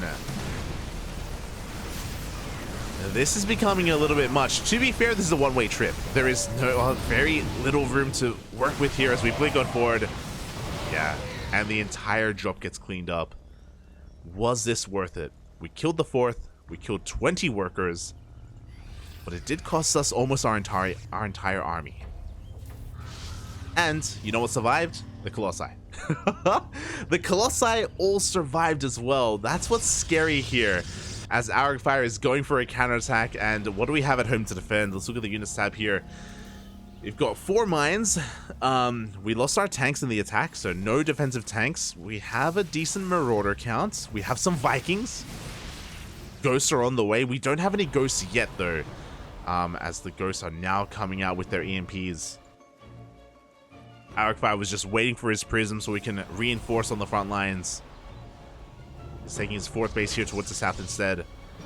And it looks like Arrogfire is maybe not happy with how long it took for him to get that prism out, and he is backing up. That was pretty worth it here for Kaz. Oh, was it worth it? I mean, he lost a lot of medevacs as well. The medevac count was reset. Bear that in mind. So it is going to slow down drop play. Arrogfire looks like he's content to back off, saturate his fourth base. He has so much map vision as well. He's got pylons. He's got observers everywhere. Uh-oh. The army is going to be moving out. He does spot the disruptor. He wants it, Bob. He wants it. Oh, God. Oh. He will get the disruptor, but he will lose 3 marauders for it. As the armies are about to clash, we have a prism once again getting into the main base. Ay, ay, ay. Okay, we do have a couple of reinforcements back at home. And Arrogfire doesn't go for a warp in. See, Kaz backing off with his main army, and not too much damage was done. Oh, but the entire army is actually distracted by this prism. Kaz being pulled out of position to try and hunt this down. That does leave his third base vulnerable, but Arrogfire, he doesn't go for it. He's, again, just more concerned with bolstering his army, getting into more disruptors.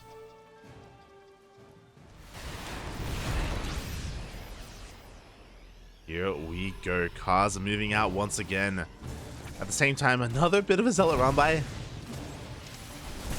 This is going to force a reaction out of Kaz. Yeah, the army does turn back around to help clean this up. And that is going to create an opening. Arrogfire coming in from behind. Oh, that Raven. He wants it so bad. It looks like the Raven will go down. Doesn't get a spell off. Doesn't get a disable this time. But the Vikings are going ham. They're going to be able to take down these Colossi. Jeez, there are so many Vikings. But the disruptors! The Novas go off! Oh, the first one does connect beautifully, but the others not so much, and these Marauders are going to be able to hunt down every single one of these disruptors.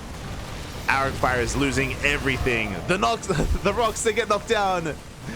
But the Vikings, they don't care about your rocks. They land on the other side, and Arrogfire is going to be forced back. His Colossi count was reset. His disruptors are reset. He's got 2 disruptors left, and Kaz has a massive supply lead.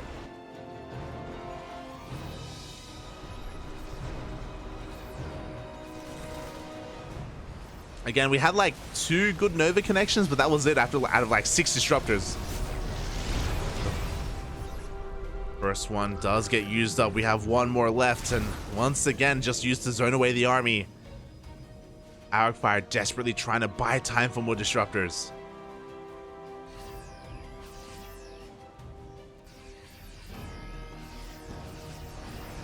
Meanwhile, behind this, we finally have our 4th base on the way here for Kaz. He does max out. Doesn't have any ghosts, so no EMPs, unfortunately. So a little bit less finesse with his army. On top of that, these Vikings don't really have too much of a use. There are no Colossi to focus down. So even though Kaz is maxed, he doesn't have the best army available. But he may not need it. Arrogfire is looking to chase him down.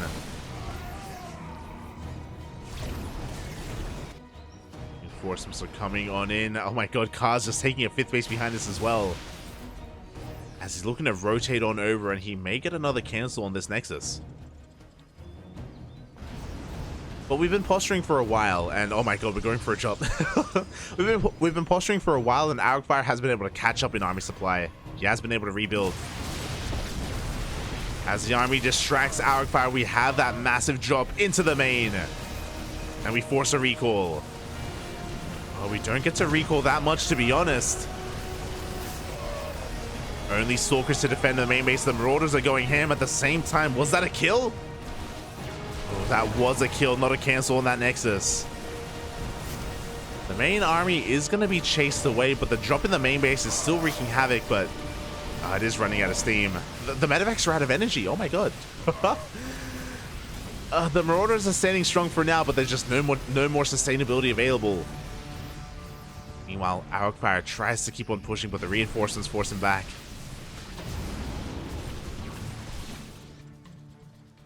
God, that's a lot of disruptors. Aye. You know what would be amazing right now for Kaz? Libs. Libs would be amazing right now. Liberators would be king, but at the moment, we're just focusing on throwing down more CCs. We're getting 3-3, going for more drop play. Like, Liberators would change everything. We don't even have that many Stalkers. Alas, we're still focusing on this biocentric army. I mean, it can trade well. The problem is that, like, look at how many disruptors we have. We only need, like, 2 or 3 good Novas, and then that's like, a fight taken for Arrogfire. Like, it's so risky. Oh, and here we go. The army move commands forward. Widowmines and Vikings are going to be going down, but doesn't matter because we do go for a triple drop across the map. There is no recall available. That was used earlier to defend the main. As also going to be going down. The base is given up at the same time. Kaz wants to try to take down the triangular third as well, but it looks like he won't be able to. Oof. Oh my god. Oh my god. There's a lot of medevacs do go down. Kaz, he takes down bottom left and he's headed towards the 4th base as well. Sorry, the 3rd. A 3rd that is heavily oversaturated. Arrogfire. He just doesn't have too much mining going on. His economy is not looking too good. But his army is... Oh my god, the Novas will connect. Some of them will. Arrogfire just focusing on his main fights. His disruptors are just not really... Oh, never mind. Oh my god. As we have a massive connection on those Marauders. As a result, the army sizes from both players are pretty comparable. The drop across the map gets cleaned up. Arrogfire still on like 1 base economy. He barely has any mineral patches left mining. And we just don't stop dropping. Kaz going for the main, does get spotted, does get shot down. Oh my god! And 2 full medevacs get sniped. Arrogfire will hold on to their main.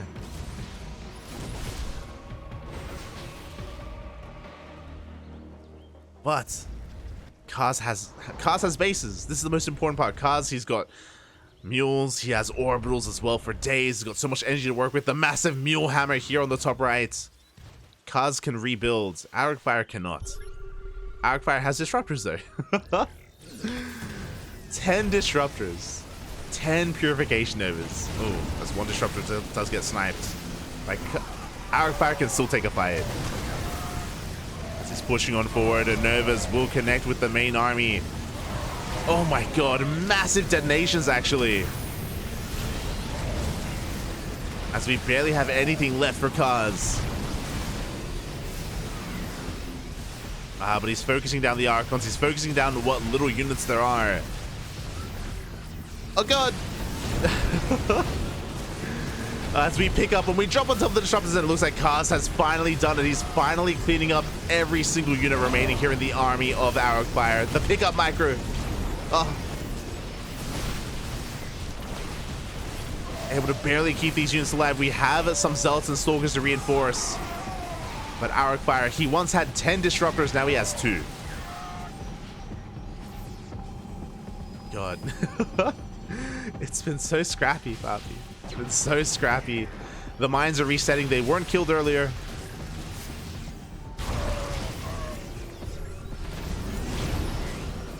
Now they have been. The Marauders, they stim on forward once again into Zealots of all things.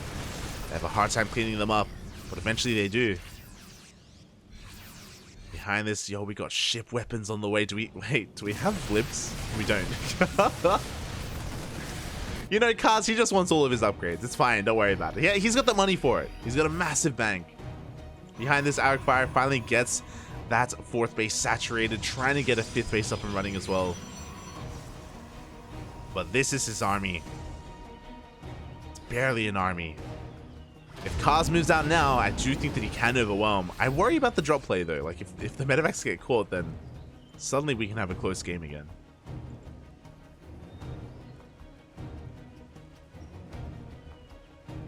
I don't think Kaz is fully aware of how ahead he is right now. He's close to maxing out.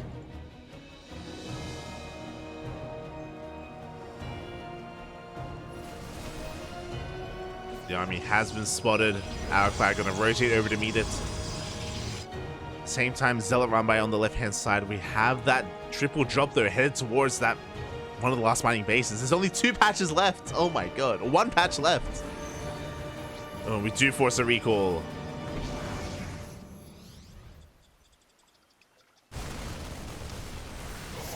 Here we go. Kaz can now focus on the main fight. We have 3 disruptors. Can we deal with this?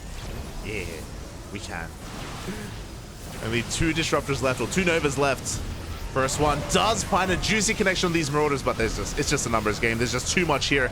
The Marines, the Marauders, the Mayans. Kaz is breaking through. GG gets called. And Kaz, he fights back. Oh my god. Slays down. Oh, slays down? What? Oh my god. Takes down the current King of the Hill and takes that throne as his own. GG, well played. Kaz is our new King of the Hill. GG, Bobby. GG. I was really concerned. Especially when we saw Kaz lose his entire army. When he doom dropped the main base initially, and we had like 3 Colossi remaining, and Arrogfire had a massive supply lead. Alas, it took him a little bit too long to counterattack, and yeah, the Purification Novas weren't really what we needed to see out of him. We saw Kaz just kind of brute forcing his way through. There's a lot that he could have done when it came to his army composition to make things easier for himself, whether it's Liberators, whether it's getting into more Ghost production as well for EMPs. But nah, mate, you know, Kaz, he does things his own way, and hey, it did work out for him in the end. GG, well played. Kaz, I was gonna mention this earlier.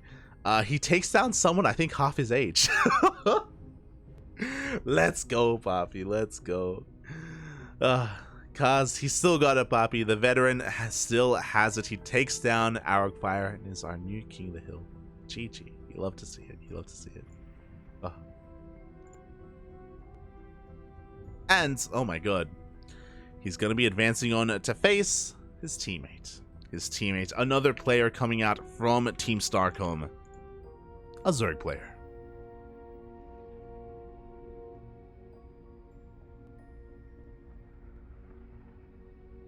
Aye. Kaz bullying the kids. True, Poppy, true. The Zoomer speaker's slipping it. It is, Poppy, it is. Bratok. Oh, Bratok would have been a good guess. That would have been a good one. Yeah.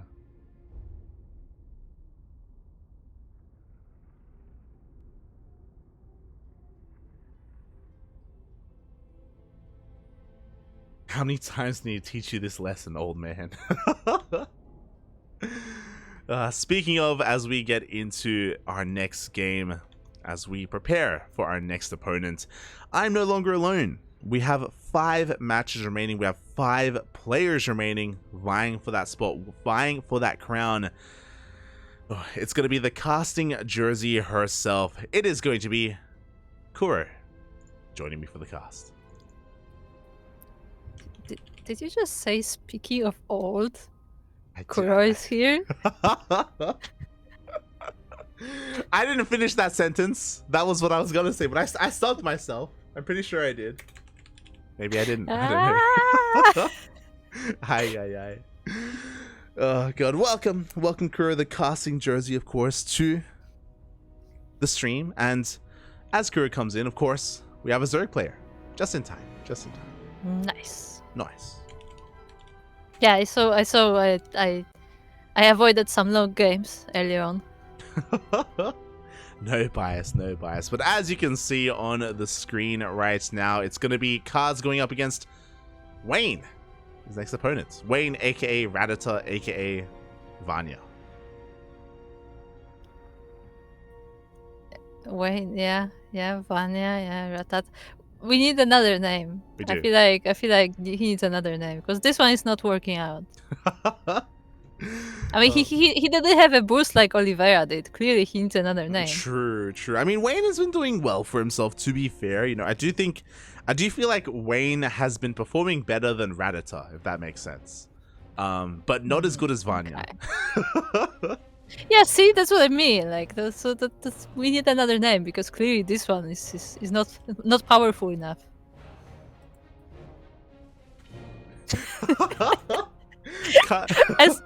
Okay, Kaz is in game and he's like, "Who's next? Come on, I can't wait long time. I'm getting old." Oh no. Smurge, Papi, Smurge. Oh, Kaz, we love you, Papi. We love you. Oh, stay with us, Kaz. Stay with us. Oh. But yes, it is going to be Kaz once again going up against one of the Zoomers in the European scene. It is going to be up against Wayne. Oh boy, this is going to be a tough one. Okay, hold on. How old is... Because I'm pretty sure like he's like slightly older. It's not like a Zoomer level. Wayne, is he like 20? 21 maybe? 21. There you go. I remember when he was a teenager. When he was Vanya. Yeah, but he's not anymore. That's the thing. True. He's old now. Yeah, I agree. Yeah, he's from the old generation now. Hi. Oh, Cynical Death. Wayne playing better than Vanya. IMO. Ooh. I do think that Wayne is playing better than Radita. Better than Vanya though. That's a statement. I don't know if I can get behind you on that one, but I'll let it slide for now. Like Wayne has been performing quite well recently. Like has been popping off from time to time. It's been good to see him again because it does feel like Wayne has been on a bit of like a downward slope the past couple of years. Or not a downward slope, but like more of like a plateau sort of thing. Yeah, like there's no like, you know, rise to the top. Like it's kind of like similar level, I feel like. He almost beat Gerald. I mean, it's also ZVZ. Gerald is not particularly known for his ZVZ. Gerald is not known for his ZVZ, but you know, regardless, really good result from Wayne in that series in ESL Masters. But here we go. We're now getting into our next game, our next best of one. Of course, it's this map because it's the challenger pick. It is Wayne. It's a Zerg. It's Jagannatha. Yeah, we've been seeing a lot of Jagannatha in OSC tournaments, and that continues to be a trend. It is, and once again, is that why we haven't seen Yoda Slim? It is. This is the reason. Oh. Jagannatha has been keeping him away. But once again, still no Light Shade, still no Death Aura. Sad.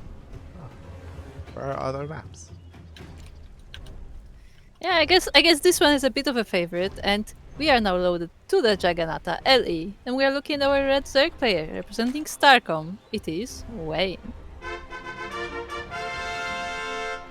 And spawning in the bottom left-hand corner of Jagannatha, we have his opponents. We have the Ukrainian Terran player representing Team Starcom. It is Kaz.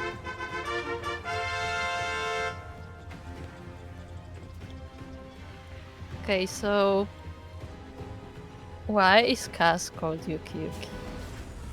Is his name like Yuri or something? Like, is it like a nickname? No, it's not. Oh, okay. I don't know. I actually remember what his name is, so I can tell you that it's not. Yuki is 100% Japanese. And Yuki is even like 200% Japanese. Like, did the weebs get him? It's double the weebs. I mean, the weebs, they have been circulating through the StarCraft scene, and it looks like they've maybe infiltrated the European scene as well. It would make sense actually, because NightPhoenix is a weeb, and maybe he got to Kaz. Yeah, but NightPhoenix is from the young generation. That's different. Like I feel like the quote unquote older generation is less prone to this. But I mean, we're laughing, but like I mean, those are people that are like our age or not much older than us. So True. I mean, come on. Yeah. But still, it's usually more rare to see Europeans embracing the names. Kaz, he's the first generation of weeb. From the late 90s, from the early 90s even. He is here to embrace it. Uwu, everyone. Uwu. See, I don't think that Uwu was a thing back then. It wasn't. But I now like it is. It's a new thing. Yeah, now it is. And you know what? Like Uwu is like a new thing. Yeah, he's all about it. Let's go, Papa. Let's go. As we're getting into this game so far, Hatchcast pool here from Wayne, nothing too crazy, but actually this is our first ZVT of the day. Exciting. We rarely get ZVTs here in OSC King the Hill, so we cherish them whenever we can.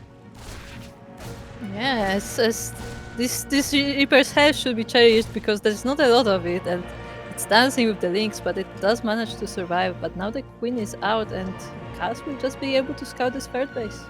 Exactly. Again, nothing too crazy out of Wayne. Everything's looking very standard. He does pull out once he gets 100 gas, does work on link speed, and this Reaper is just going to be, poking and prodding whatever it can. Back at home, we do have our setup as well. We are getting into a 1-1-1 opener, so far more aggressive here out of Kaz, less economic. Okay. Chad is asking, does Kaz yell and scream to power up during games? I mean, maybe. Yeah. Maybe. There you go. He's going to go Super Saiyan. It's happening. And he's going to need to. I mean, okay, so a lot's happening right now. Hello, that's why he was in such a hurry, because, his power would just, drop, There you go. As there's a lot happening right now, we do have an add-on swap, so it looks like Kaz is going to be going for a 1-on-1 into a Banshee opener, which is a good thing. The reason for that is because Wayne is throwing down a very fast, a very hidden Roach Warren behind his mineral line. Banshees are going to be crucial here to defend against this. Yeah, and let's see if he can defend this. I mean, okay, so Kaz is getting those Banshees, but there's also a lot of Roaches coming, and if the Banshees are on the other side of the map when the Roaches come, then it may become tricky. Yeah, so it's going to be on Kaz to figure out what's going on. He's going to be moving out with his Hellions. We do have Lings, and the wall is not a wall, so they're going to be forcing these Hellions back home as well, buying Wayne a lot of time as he's already going for his all-in. We have Roaches and Lings flooding across the map. What do we have at home to defend? We're going to have a couple of Hellions as they move out. They will catch these Roaches. Now we realize what's going on. Yeah, but the Roaches are already here, and the Hellions are coming back home, hiding behind the wall. There is one Banshee out, another one is on the way, and the wall is the wall for now. Yeah, exactly. Ling's having a hard time engaging. We do have a couple of Roaches getting picked off here. The wall is solid for the time being. As you were saying, we have more Hellions on the way. And this CC is going to be going down.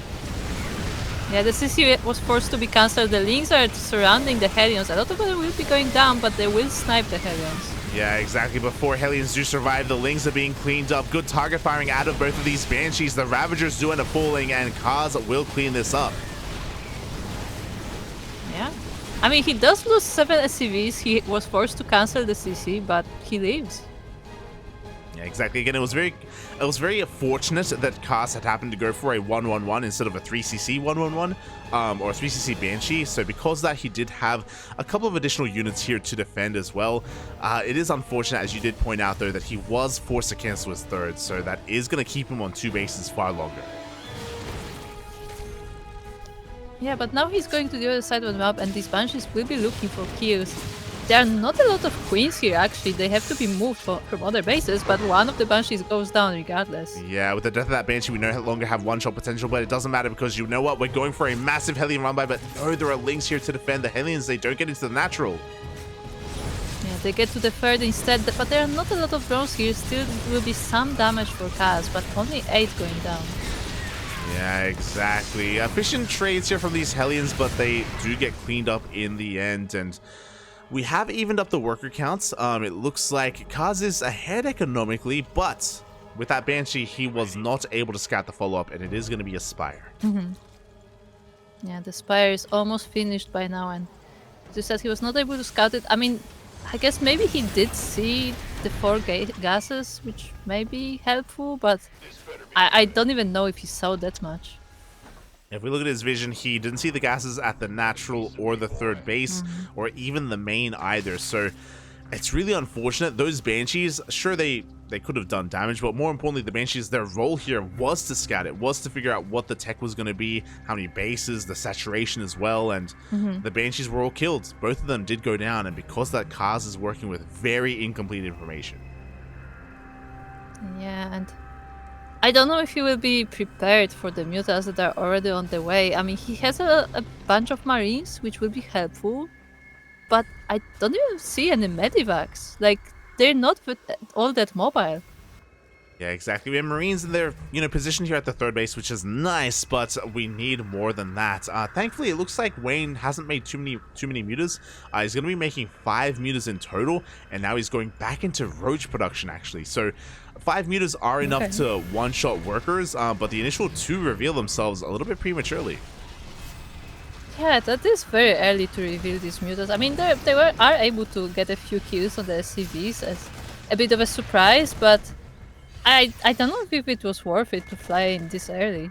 Yeah, exactly. As the mutas, they trickled in, and sure, he gets 4 SCVs, but now it's going to be so much more difficult to get damage done, as Kaz should be throwing down turrets. There we go, we have a turret in the natural. The main base is a little bit exposed, but for the most part, Kaz is now aware of what's going on. Yeah, and he decides that it's time to strike an attack before Wayne is able to amass the units, and he was able to find the mutas once again. None of them did go down, but now we have Lingbane on the way. Yeah, and Baneling speed is still a couple of seconds off. Without it, we can't really engage with this army, so Wayne has to try to pull back and wait for that. At the same time, mutas are trying to catch some reinforcements. They don't quite come across too much, but they do get into the mineral line where there are Marines waiting for them. Yeah, they just happen to meet the reinforcements, and the mutas are now around the army. They may try to go and snipe a few of these tanks. Yeah, Kaz has to be careful. He has to either reinforce or back off, because one of those tanks is not going to be going down. We do pick off a couple of these mutas, but this Lingbane army is getting terrifying here. Baneling speed has kicked in. We have Ravagers as well to help support this army and pile down those tanks. Yeah, the creep is being cleaned, so that is at least nice, but this is a very surroundable position, and Wayne is moving in. Yeah, he comes in from multiple angles to get on top of these tanks. The mutas coming from behind as well. The mutas are all going to go down. The tanks, it looks like, will they barely survive? It looks like, ooh. They just barely get piled down, but the splits were good, and Marines are still alive, so they will be trying to do some damage, but ooh, the Baneling does connect. Yeah, exactly. Wayne does clean that up. He resets the tank count. He is able to reset almost the Marine count as well as Kaz backs off. But Wayne's economy isn't looking too good. He cut workers at 66. He still hasn't droned up, by the way, so he doesn't really have too much of an advantage going his way. He was able to win a fight, but that was it.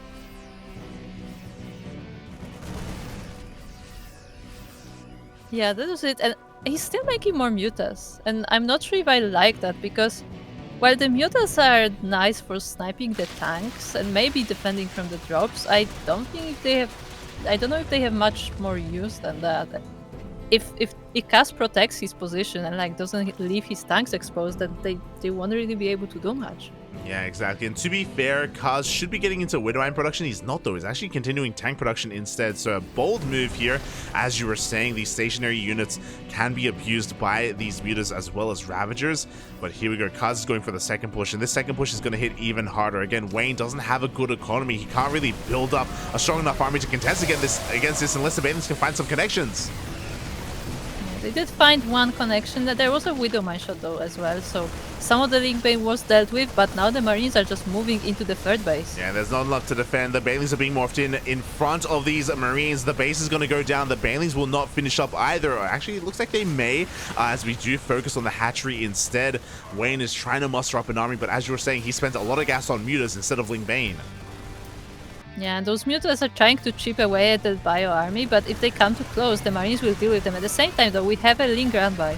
Yeah, it does get us around on these reinforcements, but this is not a good trade for Wayne. He's still going to lose a lot of his links, every single link, and even the tank gets saved. Yeah, and even the SCVs were fighting off the line and dealing with these links, as the main army of Kaz is still on Wayne's side of the map, and it's cleaning creep, it's getting ready. The Link Bane is trying to come in, but can't really find an angle. Yeah, the mutas go for a counterattack, but the Marines are back at home and they swat them away. Again, I really don't... As you were saying, I'm also not too fond of this mutas. Not like there's so many resources invested into them, and they just haven't paid for themselves at all. Yeah, and just look how many Marines Kaz has. Like, he has a tank or two, but like 99% of this army is just pure Marine. To be fair, if he takes a bad fight on creep, then Wayne can clean this up with good enough Baneling connections. So Kaz has to be careful. Even though he has a massive supply lead, he can still lose a fight. As here we go, Wayne's pushing forward. Yeah, Kaz has to be careful. Kaz has to split, but there's just too much Link Bane. One of the tanks gets trapped as well, but there's still some Terran left over, and now the tanks are sieged. Yeah, the tanks are sieged again. I kind of like how Wayne is being a little bit stubborn going for these mutas. Likewise, I wish we had Widowmines instead of tanks. I really don't like that we're continuing to invest into tanks here. There was one mine earlier, but only one, as we do see Kaz trying to push his way forward. He still has a supply lead, but a lot of the supply is back at home, not on the front lines.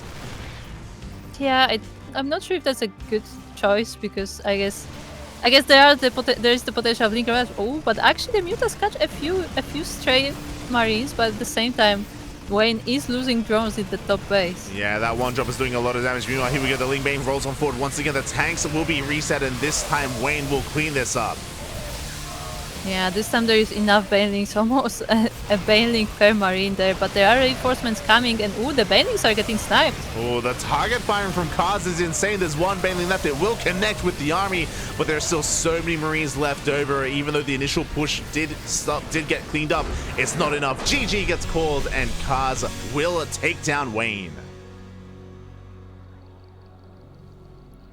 See, he didn't need the mines, clearly. Clearly. GG, well played. Kaz bullying these kids.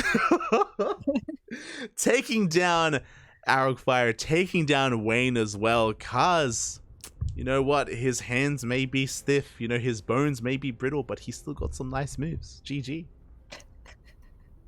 Oh my god, you're talking about him as if he's like fucking 85, just like, you know, walking with a cane. He's 85, but he plays like he's 60. It's crazy. It's Oh my god. Oh my god, I love you, Kaz. I love you. Oh my god, but wow, GG, well played. Despite the fact that, you know, we've been getting a little bit of praise for Wayne in the chat. You know, I did see some people saying that, you know, he's been looking better than ever. Despite that, despite being in form, Kaz stands strong. Kaz fights back, and yeah, he gets a second win on the board. Damn. Just saying, as a 35-year-old SC2 player, that did a proper analysis. Okay. Old guy here getting triggered. Ay. What do you mean? We're being represented very well here by Kaz, you know? He's on fire, he's taking names. I mean... Age, merely a number. Are we all old now? We're all old now. As we're heading over to the American server, we have another challenger, but because we're going to the American server, you can imagine it is going to be from a very different region. He's trigger awake. No. All right, Okay, it's not trigger. can you guess who it is? Don't look at the playlist. Don't look. Okay, I'm closing my eyes. I'm Okay. covering my eyes. All right, it's a Korean Terran. Now, Korean. Okay. hold on. It's a Korean Terran. Earlier today, we casted Percival, and earlier today, Honmono also played as well. So it's not Honmono, it's not Percival. All right, so you got a couple of options taken away. QuanTa. Oh, you got it. When you said it, Honmono and Percival, I'm like, I mean, it has to be the other one, right? Yeah, it has to be the other one. It has to be one of the other 3 bears from South Korea. It is going to be QuanTa. Let's go. Oh, but that means it's a TVT. Yeah. Do Thor drops work in TVT? No. Unfortunately, Yeah. unfortunately. See the chat, Björn Maru. Björn is a part of OSC. He is available as a player, but he may be in bed. He may be sleeping. I mean, do you believe that? He may be laddering. I don't know. He may be watching some anime. It's more likely. Yeah, sure. Yeah. I don't know if Björn is one to watch all of them. Nah, I'm sure he is. I mean, apparently that's obligatory if you play StarCraft nowadays. It's obligatory if you're in Team Abydos. Björn is on Abydos, to be fair. But this player is. Oh boy. As we are getting ready for this, catching up in the chat. When is ESL? Oh, right. ESL, the European tournament is starting in like an hour or something? In 45 minutes. There you go. In 45 minutes, ESL Open Cup Europe is going to be upon us. We just casted ESL Asia. We're going to be sleeping during ESL Europe, and we're going to be awake once again, and we're going to be casting ESL Americas. So if you want to tune into ESL Open Cup Americas, then we got you covered here on the Ducklings. But if you want to tune into ESL Open Cup Europe, then that will be covered by some of the other English casters like Roddy or Wardy or Steadfast, Biomov, Chicken Man, Dave Testa. I'm sure they've got you covered.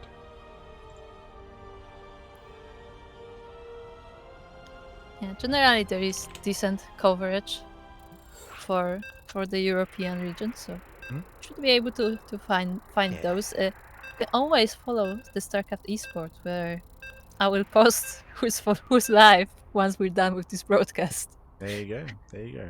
StarCraft esports on Twitter if you want to be up to date with these tournaments when they go live. Meanwhile, Kuro, it's your favorite matchup. It's a TBT. Yay! It's TVT. I mean, it's QuanTa, so I mean, look, it's QuanTa. I'm sure it will not be what we expect it to be, but let's see. As we are on Gresvan LE, and everything is rhyming to me.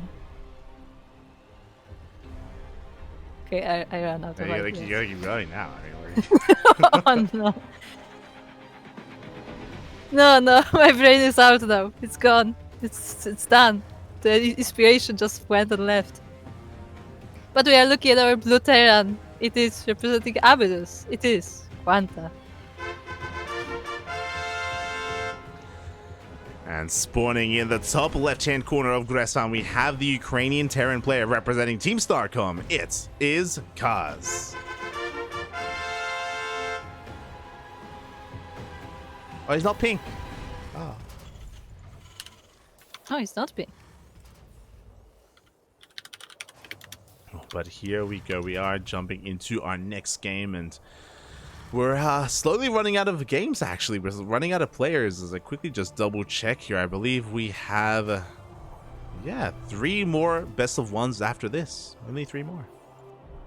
Okay. As a reminder, the last King of the Hill of the day, of the week, does get a little bit of a bonus. So it's always nice to play in the last series. Also, I don't know if I'm more surprised about Kaz not being pink or the fact that he's actually named Kaz here. Yeah. Actually named Kaz on the American server. You love it to see it. Oh boy. And for the time being, we do have some relatively aggressive openers from both players. We do see double gas openers here from both QuanTa and from Kaz. So no one is feeling ambitious enough to go for an economic opener, to go for a Rax expand or anything like that. I mean, to be fair, I feel like that's to be expected from both of these players. Like especially QuanTa. Like we talk about QuanTa a lot and Yeah. about how crazy he can be, but I feel like Cass can also be a very aggressive player. So Mhm. I guess we'll see where they meet each other with that aggression as we have the SCV and Reaper tag team moving out. I love it. I love it. The SCV is here to tank a Reaper shot so that QuanTa can overwhelm and overpower that first Reaper for himself. As, ooh, Kaz does shoot first and he does run past that Reaper, that SCV. Up, up, up, Oh. up.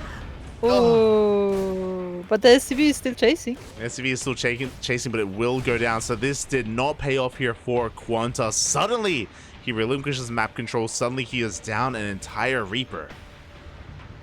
Yeah, it was a cute attempt, but unfortunately it did not work. And this second Reaper is in a big danger because if he meets both of those, he's definitely outmatched. Yes, oh, the Reaper does dip into the main base, but Kaz is more than ready for it. He will completely shut this down. Oh, he may even get it. Will he get it? I think the Hellion can keep up. There you go. Ooh, so QuanTa does lose both of his additional Reapers, does lose all the map control as well, is attempting to go for the CC on the low ground, but Kaz has momentum and is going to be looking to force the delay. And force the delay, he will, as he does kill that SCV. The Hellion has to escape to the high ground. There is a Widow Mine though. Up! Ooh. And a juicy connection. It takes down a Reaper. It does a lot of splash damage as well as Kaz was not able to split up in time. He's trying to push himself up this ramp, but we have Marines, we have a Hellion waiting for him. Yeah, there are these two Hellions of Kaz are not able to quite get into the main base, but they are doing a lot of damage on the units of QuanTa, so this is a very precise fight. What they're doing is that they're making sure that the SCV doesn't come down. So this CC just has been left unfinished for the past however many seconds that we have been fighting here in this area. And as a result, Kaz is able to finish up his own CC and start morphing it into an orbital. Okay, so once again, Kaz comes out victorious out of these little skirmishes. Like, it doesn't have to be like game ending, but like, you know, small advantages here and there, and they eventually start adding up. Yeah, they do add up over time. The pressure right now is on QuanTa. You can see QuanTa, he is down 5 SCVs compared to his opponent. He has to try to come back in some way. As the drop moves out, I believe the Hellion did get eyes on this, and now Kaz is aware. Yep, there we go. He's repositioning his army for that drop. Oh! If the Cyclone gets a lock on that drop, that medivac, oh, that would be painful. Oh boy, I mean, here we go. The drop is headed in that direction. Meanwhile, we do have Kaz just macroing on up, you know, getting into his 1v1 production of Ravens and tanks. Everything is looking normal from both players. We do see that the drop is going to be locked on upon, but QuanTa does quickly pull back. Okay, QuanTa does notice. We're good. I mean, he's still like playing with fire a bit, like trying to find an opening, but yeah, Kaz is a bit too prepared for him, and he will have to consider a different way to attack. Yeah, I mean, well, QuanTa has to come back in some way. Like, he's straight up behind, so he's going to be sharking around. He's looking for another angle, as you were saying. He's looking to maybe drop in towards the natural, but there are 2 tanks here. There are Marines as well. He's going to try and jump on top of the tank, but nah, he does spot the Marines. He backs the hell up. Yeah, he does back off. And what is the plan for QuanTa here? Like, what does he plan to do? Like, his drop clearly didn't work. This Widow Mine is very cute, just digging on the front, although the army of Kaz is moving the different way. Yeah, it is going to be rotating over. The drop does race back home, and we do see Kaz has now been building up towards this push. There's going to be a 3rd base behind this, so it's not a 2-base all-in, but my god, this is quite an army. He has 3 tanks, 2 Ravens, and even tank and Raven count compared to QuanTa, to be fair. Boy, but we'll see who's able to position themselves in time. QuanTa is moving out for another drop. If he does not see the army of Kaz, he may not have enough units here to defend, actually. I mean, both of them have 2 tanks. Actually, QuanTa has a few more now. I don't know how this goes. Yeah, we'll see. It's all going to come down to the engagement. We do have the tanks already sieging up. They have been revealed. We do get a depot as well for free. Meanwhile, that drop hasn't quite gone for it. There we go. It is now boosting across the map as we speak. Kaz, he's just looking to threaten this location and keep QuanTa contained to 2 bases back at home. Do we have any reinforcements? We have a couple, at least at the natural, but not in the main. Yeah, we have reinforcements, but they are not in position for this drop. I don't think Kaz is aware of it, but unfortunately it does unload on the low ground, so it will run straight into Kaz's army. Yeah, we'll see if it does, as we have 3 fresh mules available. Stim is not done, but he's going to be able to threaten those mules. Does almost get one of them, but as you were saying, the army is here. Oh, that was a split-second decision there for QuanTa to go straight into the main. This Medivac is very low, so there is no escape, but he will try to get any damage he can. He gets 3 SCVs, which is something. He forces Kaz back. He pushes him out of position. Now QuanTa is on the offensive, looking to try and threaten that third base as QuanTa takes his own, and it's your favorite. We have Kaz playing Biotank. I don't know if you noticed, but QuanTa did throw down multiple factories. Oh boy. I mean, we do have a lot of tanks coming, but is that enough? Because all of them are getting disabled. Only one of them is firing, and I don't think that's enough firepower. Yeah, exactly. We do see QuanTa just rushing into a brick wall. He smashes his head, and everything goes down. The tanks, the Vikings, the entire army of QuanTa.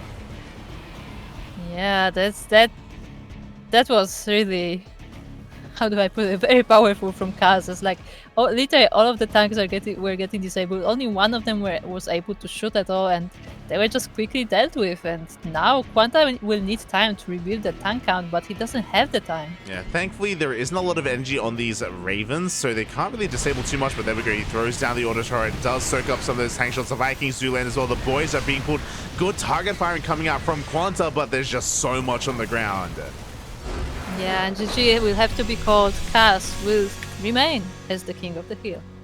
GG, well played. What a crazy turn of events. Asher comes to chat. Damn, Papa Kaz popping off. Oh, Grandpapa Kaz popping off, Bobby. What's crazy is that before Kaz, there was only one player that had the longest win streak today, and that was NightPhoenix. NightPhoenix, he got 3 wins in a row. Okay. Now, Kaz likewise has 3 wins as well. Pretty nice, pretty nice. I mean, what you're saying is we had the young generation getting some, we had the old generation getting some. Balance. Balance, as all things should be. GG, well played. So yeah, really well done there by Kaz. That was an unfortunate turn of events for QuanTa. Like the entire game, it just wasn't going his way. He was losing Reapers, losing drops, losing just being a little bit too inefficient overall against Kaz. Yeah, like, I mean, as I said, like, there was like just a bunch of like small things happening that just were not working out for him, and like over time those things snowball. Like every battle lost, like eventually causes you to be behind, and it's hard to come back from that. Oh yeah, it is hard to come back from that, especially in the mirror matchup. As we are going to be switching servers, we're heading over to land of Europe. We only have a couple of matches remaining. Oh boy. And yeah, we're going to be heading over for that. Let's go. I love Kaz. So Asher keeps going, chat Elder Terran Gamer. Let's go, Oh, let's no. go. I just imagine Kaz listening to this cast afterwards, and like the more he listens to it, the older he feels, like with every sentence. Yeah, the older he feels, the more power he gets, obviously. Oh my god. With age comes I wisdom. guess. With wisdom comes MMR. And yeah, I mean, Kaz has just been proving himself to be one of the better players here tonight, and we'll see if he can take a 4th win for the first time. No one else has been able to do it. We'll see if Kaz can in this soon-to-be TVP. Ooh, and I think I see who our challenger may be as well. Yeah, we were talking, or I was bringing up some of the other players out there and who we haven't seen yet today, and the biggest kind of category of player was one, the German Terrans, but also the Polish Protosses. I was bringing them up earlier about how we haven't seen one yet, but we should at least see one of them tonight in OSC King of the Hill. It wouldn't be an OSC King of the Hill without a Polish Protoss player. Yeah, where's Iba? But true. Hold on, I'll ping him. Hi. As we know, the most famous Polish Protoss player is obviously Iba Kappa. True. So whether it's Iba, whether it's Art, whether it's Jomek, whether it's Rodzin. I like how we've said it so many times that we just say it with straight face now, and I just imagine that there's like half the viewers who would just never heard of it and we just think that Iba is Polish. Yeah, there you go. They sometimes can believe that because it's true. It's true. I mean, so, yeah, obviously. Yeah, there we go. Well, for this next matchup, we do have that Polish Protoss player, and it is going to be the one, the only, the Gerald. Without the stash. It's true. It's true. It's Geralt at half power. But regardless, even at half power, he is still one of the stronger Protosses out there in the European scene. He's still coming in as the favorite, but I would probably say that a lot of players came in as the favorite. Wayne came in, Geralt as well, and we've seen like Kaz just swat them away time and time again. So yeah, Kaz has been on fire tonight. On fire. Yeah, he's been having a pretty good run so far, so we'll see how he does versus Gerald. I mean, Gerald still feels like that step above Kaz, like in general in terms of level, but I mean, when Kaz is on a roll, like it's entirely possible for him to take Gerald down. Oh yeah, it really is. It really is. So I'm just kind of waiting for the players to prepare themselves to get ready for that next matchup. Vetoes will be held. Maps will be chosen. And if I'm not mistaken, I think from here, yeah, only 2 more players remaining. Who else do you want to be seeing? Yo, I see one of them actually. Oh, I'm not looking. I mean, as you said, we didn't have Iba today. true. Well, who else we didn't have? We had NightPhoenix. We didn't have Bjorn, I guess, but it's too late for Bjorn. But yeah, we didn't have any NA players yet, did we? We rarely do. We rarely have NA players. Yeah, I mean, this is a really but bad time sometimes, for NA. I mean, it's like morning-ish right now. Like this is like the time they should be getting up and running. So like sometimes we get a few around this hour. It's basically like Trigger if he's awake in the morning, and he's rarely awake in the morning, but yeah, sometimes we get Trigger, sometimes we get Creature as well, and Creature's been semi-active recently. But alas, no one from North America here. I did see Trifax pop in earlier, so potentially Polish Zerg player later on, potentially. I know Trifax has been pretty active recently, pretty active. Who was it in the chat? I don't remember. Was it Iba? But I remember someone was like, there was someone who was like on a very long streak, and one of the other players in the chat was like, "Hey Trifax, can you take them down?" And Trifax like, "Okay." that was Iba. Iba said that. Yeah. Yeah, I think it was Iba. It was MaxPax. MaxPax was on a tear, and yeah. The players were congregating in the chat trying to figure out who can bring him down. There was Iba, there was Trifax, there was, I think Demi was in the chat as well, and NightPhoenix as well. Like they were all like plotting together how to bring down MaxPax. Oh. And they brought him down. I don't think any of them succeeded. Who succeeded? Because I remember it was like none of them. Like it wasn't any of the players who were talking about it. It was someone else. I think it was a Protoss. Oh, it wasn't MaxPax. It was Skillus, right? I don't remember. Yeah. They were trying to bring down. Are you calling my memory? They were trying to bring down Skillus last week, and it was NightPhoenix. NightPhoenix stopped him. Okay. Yeah, it's coming back to me. It wasn't MaxPax, it was Skillus. Because Skillus, he was on a tear. Skillus, he took down a lot of players, one after the other, and then NightPhoenix stood up and PvP'd him to death. It was a 1-base, a 4-gate all-in. Oh, yeah. Yeah. Beautiful. Well, we do have a Protoss in this matchup, but it is a slightly different matchup as we have a PvT. And first up, we will be looking at our red Protoss player from Poland. Representing Psystorm Gaming, it is Gerald. And spawning in the top right-hand corner of Jagannatha. Oh, interesting map choice here from Geralt. We have the Ukrainian Terran player representing Team Starcom. It is Kaz.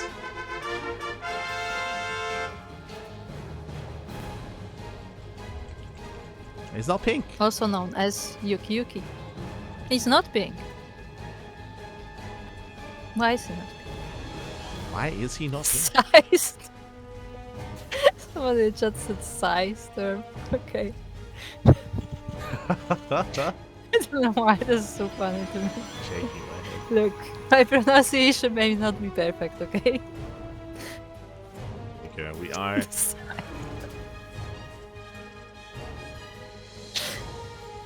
Yeah, we are going to be getting into this, and so far nothing too crazy. I was really shocked, to be honest, to see Gerald pick Jagannath of all maps. I feel like there are probably some other, maybe better maps out there, especially when it comes to, I don't know, if you want to be hyper-aggressive or even hyper-defensive as well. So, yeah, maybe, I don't know, maybe he has a fun place in his heart for this map. Yeah, clearly they do, because we do see this Babylon. I'm sorry, this single line just got me for some reason. I don't know, it just broke me. Side storm. Okay, I'm done. I'm moving on. Kuro is like steel mold. It's the puns are really what make and break broadcasts. And this is how we harness our inner steel mold, because we haven't had steel mold in a long time, but Kuro is all about that. I mean, I don't know if you saw, I was playing Skyrim and I made a bad joke and still clipped it. Yeah. It's steel, of course. I'm pretty sure Cyber John in the chat, he just roused steel from his slumber. You know, he's been resting until this moment, and yeah. Yeah, I mean, he was probably napping after like dinner or something. And yeah. Like, he suddenly wakes up like a pun has been made. A pun, exactly. He's all over that. As we do have a pretty interesting opener overall. It is going to be a double gas opener here from Kaz. So once again, going to be quite aggressive here against our Protoss player. Was he able to scout the tech though? The Reaper wasn't able to get into the main base, but was able to see the Stargate in the end. So he's fully aware of the potential for Oracles and Phoenixes.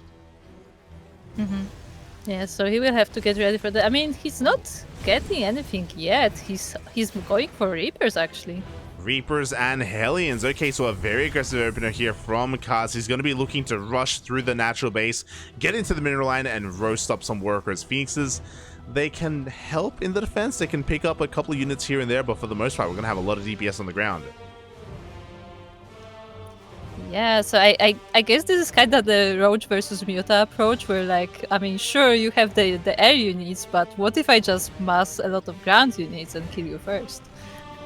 Yeah, exactly, but we do have 3 Adepts to hold the line, and they're going to be able to focus down or attempt to focus down some of these Hellions. It looks like with the help of the shield battery, Kaz will not be able to break through into the natural. He is forced back, and this is a bit of a shame because we invested quite heavily into this and we just haven't done any damage. We even can't get into the cliff as it's only a 1 gateway block. Oh my god, this is why we picked Jagannath. Yeah, it's a perfect block on the tram, so no repairs are getting in. I mean, maybe somebody could glitch it in somehow, but I don't think it's quite possible to get there. So Kaz has to go home with nothing. Yeah, this is a Protoss map. This is oh my god.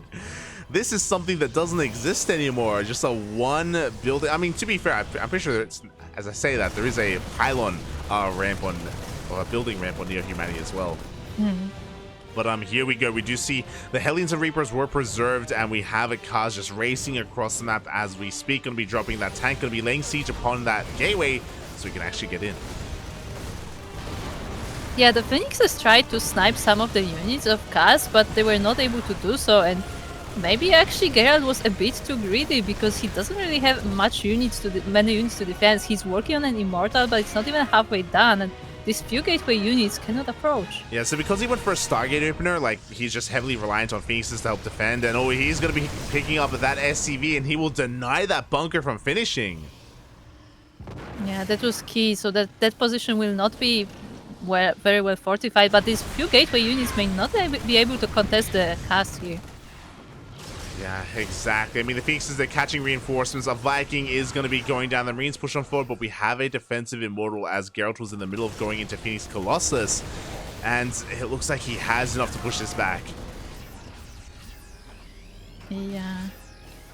I mean, Kaz can't quite like get like into the territory of Gerald, but also Gerald cannot really like stop Kaz from coming either. So yeah, I'm not sure who's actually the advantage here. Like these phoenixes are annoying, and they will be sniping units one by one, but they're also in a lot of danger from these marines. Well, they're buying time. They're buying time because we have the first Colossus Yeah. on the way. You know, again, Phoenix Colossus is what we were getting into, and that Colossi is on the cusp of coming out. The tanks are trying to get in range of that Robo.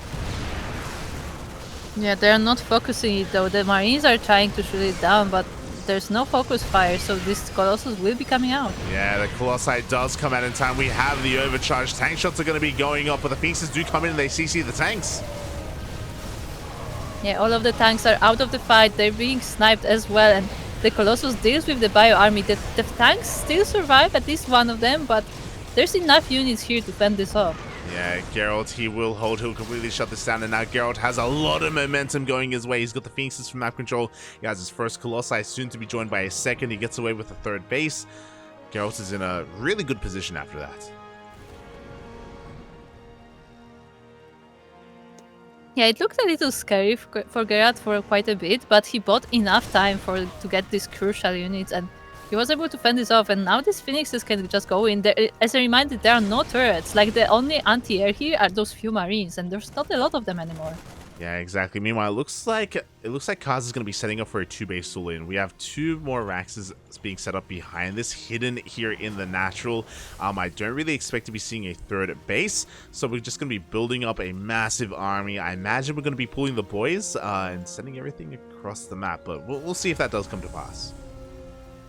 Yeah, I mean, if it does, like, Gerald does have at least 2 Colossus by now, and he's working on the thermal lance, but it's only just started, so it will be a while, and we'll see. I mean, he doesn't have a lot of support for this Robo units, to be fair. Like, it's just Phoenix Colossus and the Immortal. Yeah, exactly, and he can just push on in. He picks up every single tank. The Colossi pushing on forward as well. This is maybe a bit of an ambitious move, though, because, yeah, we have a lot of Marines to shut down those Phoenixes. Yeah, and one of the Colossus was focused for a bit as well, so it is actually quite low in health, so we'll have to rely on shields quite a bit, but I guess it keeps Gerald at home. I mean, it keeps Kaz at home for a little bit longer as Gerald is getting more and more units.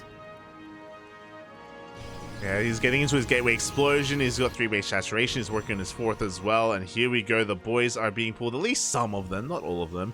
And we do have Kaz just racing across the map with 3 tanks with a massive marine army as well.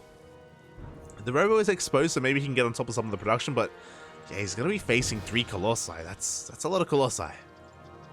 It's a lot of Colossi, but one of them is quite damaged, so I think a lot depends on the Phoenixes. Like, if they manage to catch all the tanks, maybe Gerald will be fine, but yeah, we'll see how the fire goes. Oh, as the Colossi already taking damage.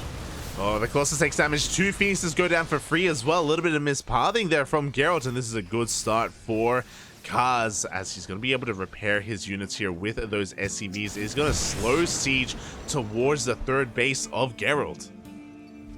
Yeah, and the bunkers are going down as well, so Kaz really preparing a siege of this position. And I mean, once again, there are Colossus, but there's only Colossus and the Phoenixes. Now there are being some charge loads being warped in, but there's still not that many of them. Yeah, exactly. We have a lot of Vikings as well to support this. We have so much DPS available for Kaz, but Geralt is setting up a surround. He has an army on the right-hand side. He has the Phoenixes coming in from the left as well. And here we go. He's going to dive on top of this position. Yeah, he dives in, he lifts all the tanks, but only for a little bit as the Phoenixes are getting focused. And I think the Colossus have enough firepower to deal with most of this army. The reinforcements will be needed though, and I think Kaz is holding. The Vikings, they take down every single one of those Colossi. There's only 1 remaining. The tanks do barely survive as well, and it looks like Kaz is going to be able to break on in. We have a Disruptor on the way, but that Robo is very exposed. I don't really see that Disruptor coming out, but we do have Kaz instead going for the 3rd base. He doesn't go for the natural. Yeah, I'm actually surprised he wouldn't focus the Robo. I mean, that would definitely limit the production of Gerald, but instead he goes for the economical damage and just, you know, goes for the base. Yeah, now the first disruptor has come out, and that will change things. We have a second disruptor on the way as well. I think maybe he was hoping that Colossi were in production, so the Vikings would shut down the Colossi, but it's not. You know, it's disruptors instead. Yeah, now he's focusing the dropper, but the second disruptor should also be able to come out. And with 2 disruptors, if some good Novas will go off, like this may like decimate the army of the bio army at least. I don't know about the tanks and Vikings though. Yeah, we'll see. It'll take 2 Novas to kill a tank, and here we go. The disruptors are moving on forward, and both Novas are going to be going off. Ooh, very nice shot there for Gerald. Both tanks are going down, but now these disruptors need to recharge. And I mean, Kaz still has more tanks. Kaz still has the Vikings. He still has a lot of the Marines, and he took another base. Yeah, exactly. Gerald's economy is in shambles. He's stuck on 2 bases. He's taking up towards a Templar Archives for Archons, which can work out quite well. Behind this, we do have a 3rd CC on the way, even as we do have Gerald trying to break out, and it looks like he will, or at least he'll get on top of the tanks. Yeah, he gets on top of the tanks, gets on top of the bunkers. Ooh, nice dodge from the Vikings. So both Novas ended up wasted, and I mean, there are still so many units here left over. Yeah, I'll be honest, I do think that Kaz could break this if he wanted to, especially with this Liberator, but he's taking this very slow. He's waiting for his reinforcements to come across the map to lay siege upon the natural. I'm just afraid that the longer he waits, the harder it will become, because he's giving Gerald time to mass up a few more units, get a few more Archons, get a few more, you know, gateway units, maybe even a Disruptor or 2. But maybe Kaz is doing the right thing. He's catching some of the units of Gerald on the other side of the map as well. I guess there was some harassment force moving out. Exactly, as we did have a couple of Zealots warped in across the map with that reinforcing pylon. But here we go. Now we do have the main army arriving. The Liberator's going to be able to push on forward. We do have Novas going off. He's not looking. Ooh. Happy he's not looking. He's not looking. He wasn't looking as the Zealots were in his natural.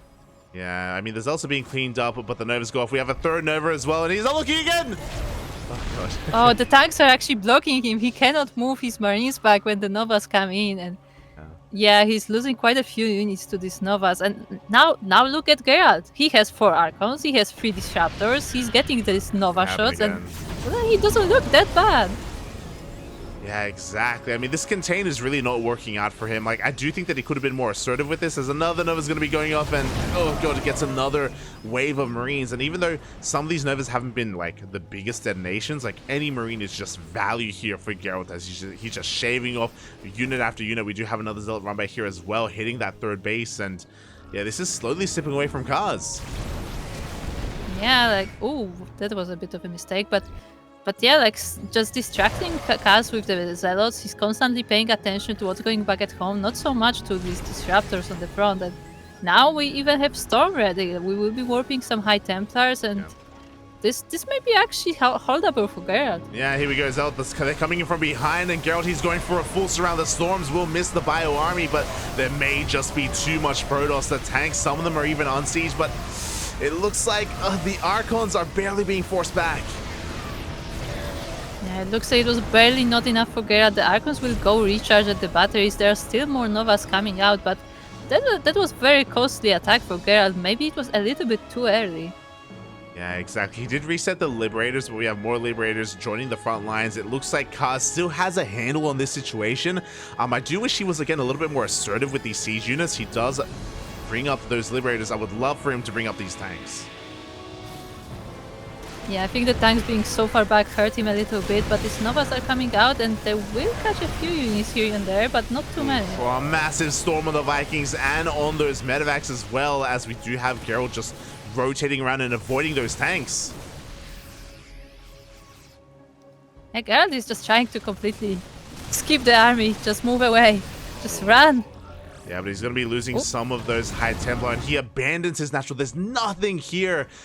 But we're not taking advantage of it. We are warping in once again, and Gerald, he can either set up a surround, or he's actually just going for a counterattack instead. He wants to try to force Kaz to back off and turn back around.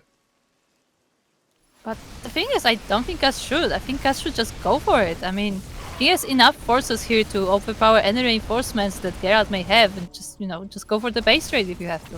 Yeah, and that means this is the best case scenario for Gerald because he is going to be, going for that base trade. He catches a lot of reinforcements. A lot of units are going to be going down. Gerald, he's going to be losing some army, but he is actually banking up energy for Storm in the main base.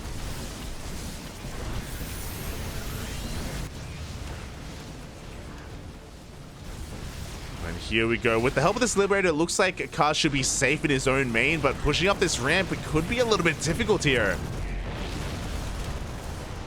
Yeah, as all the High Templars are here, and they will be casting these storms. As one of them lands on the front, a lot of the bio will be dying off, but not all of it, and there's only one High Templar there. Yeah, at the same time, the third base of Kaz is going to be going down. The natural is going to be protected, though, and Kaz, he still should be in a good position. The Liberators, they siege on forward, they leapfrog forward as well. There's one storm left, but only one. Yeah, and the one storm is being cast. It doesn't actually kill a lot of the units, and the one High Templar and Arco are trying to hide. At the same time, Kaz is defending at his own base. The reinforcements are slowly chewing through these Archons, and I think Kaz should be having this, right? Yeah, he should be fine. He's taking control of the main base. It just isn't enough across the map. GG gets called, and Kaz is the first player tonight to get a 4th win on the board. GG. Papa Kaz, he does it again. I mean, it looks scary. It looks scary. Like, he waited really long. He was very patient about what he was doing. But, I mean, it did work for him in the end. So, hey, what do I know? His patience almost killed him.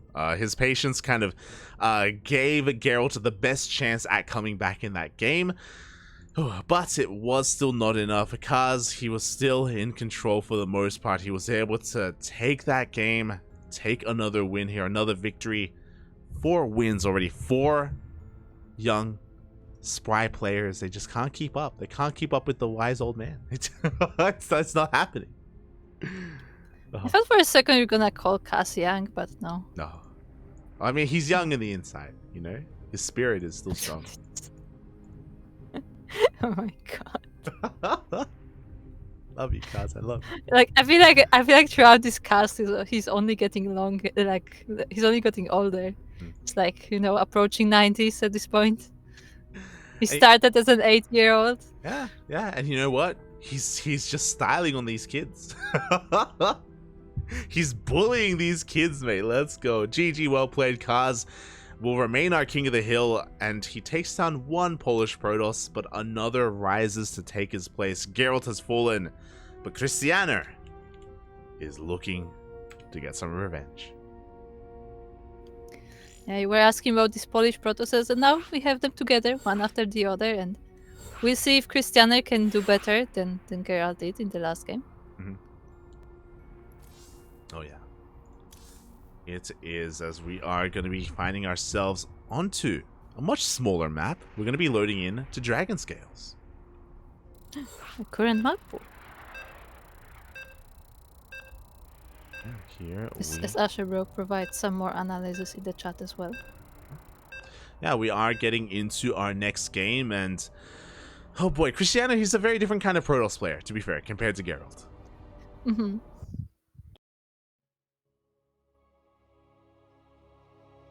Are you going to talk about Krystianer?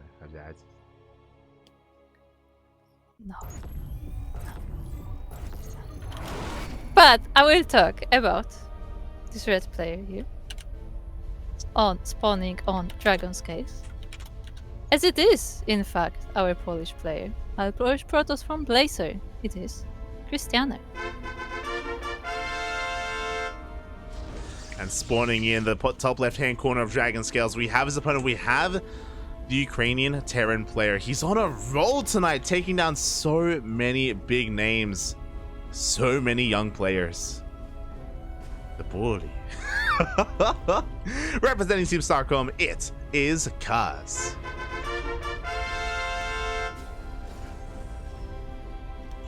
He's back to his pink color. He's pink again. Let's go.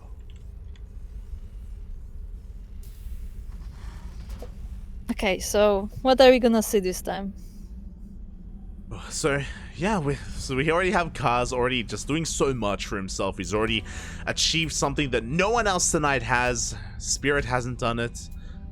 Gerald hasn't done it. NightPhoenix, no one. Demi, Mixu, QuanTa, Percival. We have Kaz already reaching that 4-win game streak. More than any other player. He's already achieved his goal. But you know what? He wants some more money. Okay, and it's just been really impressive tonight. I don't think Kaz has ever looked this impressive ever before. It's crazy. Wonder what it is. I don't know. But Kaz is playing well too. Yes, he is, and we do see a very different variation here. In the previous game, we did see Kaz go for a double gas opener to be hyper aggressive, if you recall, with the initial Hellions and with the initial Reapers as well. This game, he is going to be mixing things up, and he's going to be going for a Rax expand instead, so much more economic from our Terran player. Okay. So, what do you think we're gonna see this time? What sort of a composition are you expecting from Kaz? We'll see, as we did have a little bit of a pause, but thankfully it was not for too long. So it looks like any kind of issues have been resolved.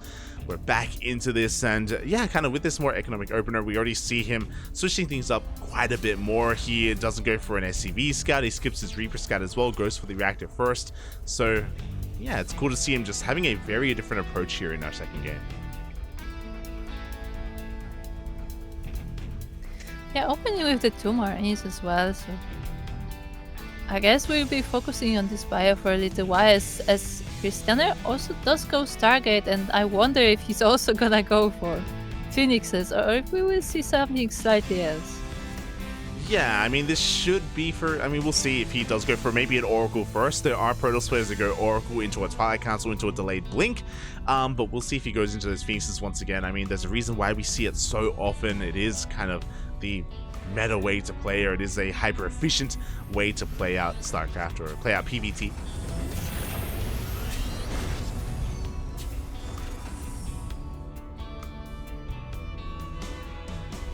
As we are, of course, going to be continuing into this, and it's not going to be the Phoenix, it's going to be an Oracle instead. So Krystianer going for a very different opener here. With this Oracle, he can be far more aggressive, he can be far more in the face of his Terran opponents, and he can look for some economic damage, not just with the Oracles, but also with the Adepts, which will be coming out shortly as well. Meanwhile, with the abundance of Marines that we have, we're actually being quite aggressive here. We catch the Stalker, he's not looking! Oh my god! The first Stalker. The Stalker does go down, and the Adept was chased away as well, so Krystianer is not getting anything on the other side of the map. He does go for the Twilight Council, and now Kaz is doing damage to the probes. Yeah, this is a lot of damage, even focus firing that Oracle as well, and sure, these Marines are going to be cleaned up, but they caught a Stalker, they caught a couple of probes, they did damage to this Oracle, and the Hellions are here to even push on further from here. I kind of wish he had ignored the Adept, and there we go, the Adept is going to be going down. Now he gets into the Mineral Line. Yeah, unfortunately not killing any of the pros, but still damaging quite a few, and the wall is still not a wall, so he's getting more. That was a beautiful play out of Kaz. I don't know if you noticed, but he did pull back because of the Oracle, and then the Oracle ran out of energy. And as soon as that ran out, he just dove back in, and even more damage is being done. 6 probes go down. Can we get some more? Yeah, well, we're getting a few more as the alien is still alive, but the second Oracle will take it down. The Forge is now down as well. I wonder if Krystianer is gonna get some static defense, but no, he cancels it. It was just for the wall.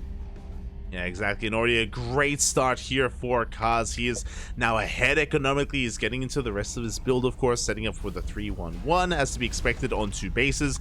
He's also preparing for the counterattack. He has a Cyclone in the main. He's got a Viking as well. These Oracles are going to have a hard time finding damage, but that won't stop them from trying.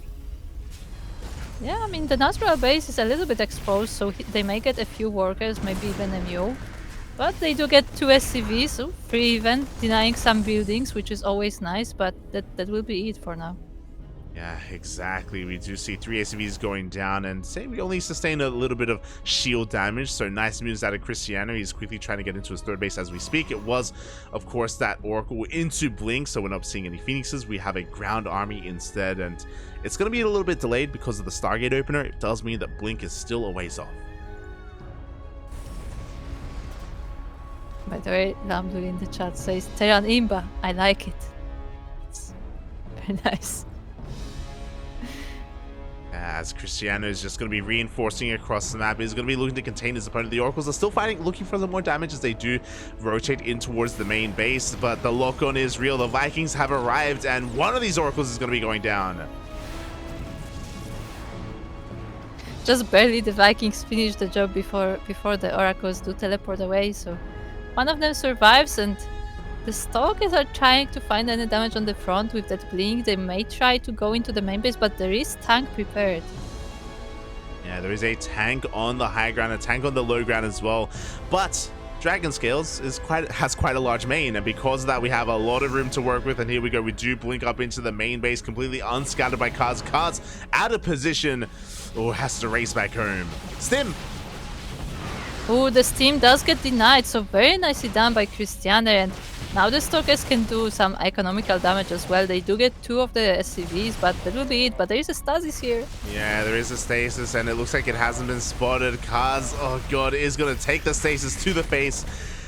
His army is rendered inert, and now Krystianer, he can rotate around towards the natural as well. He's done so much damage already. Not too much economic damage, but sniping Stim was huge.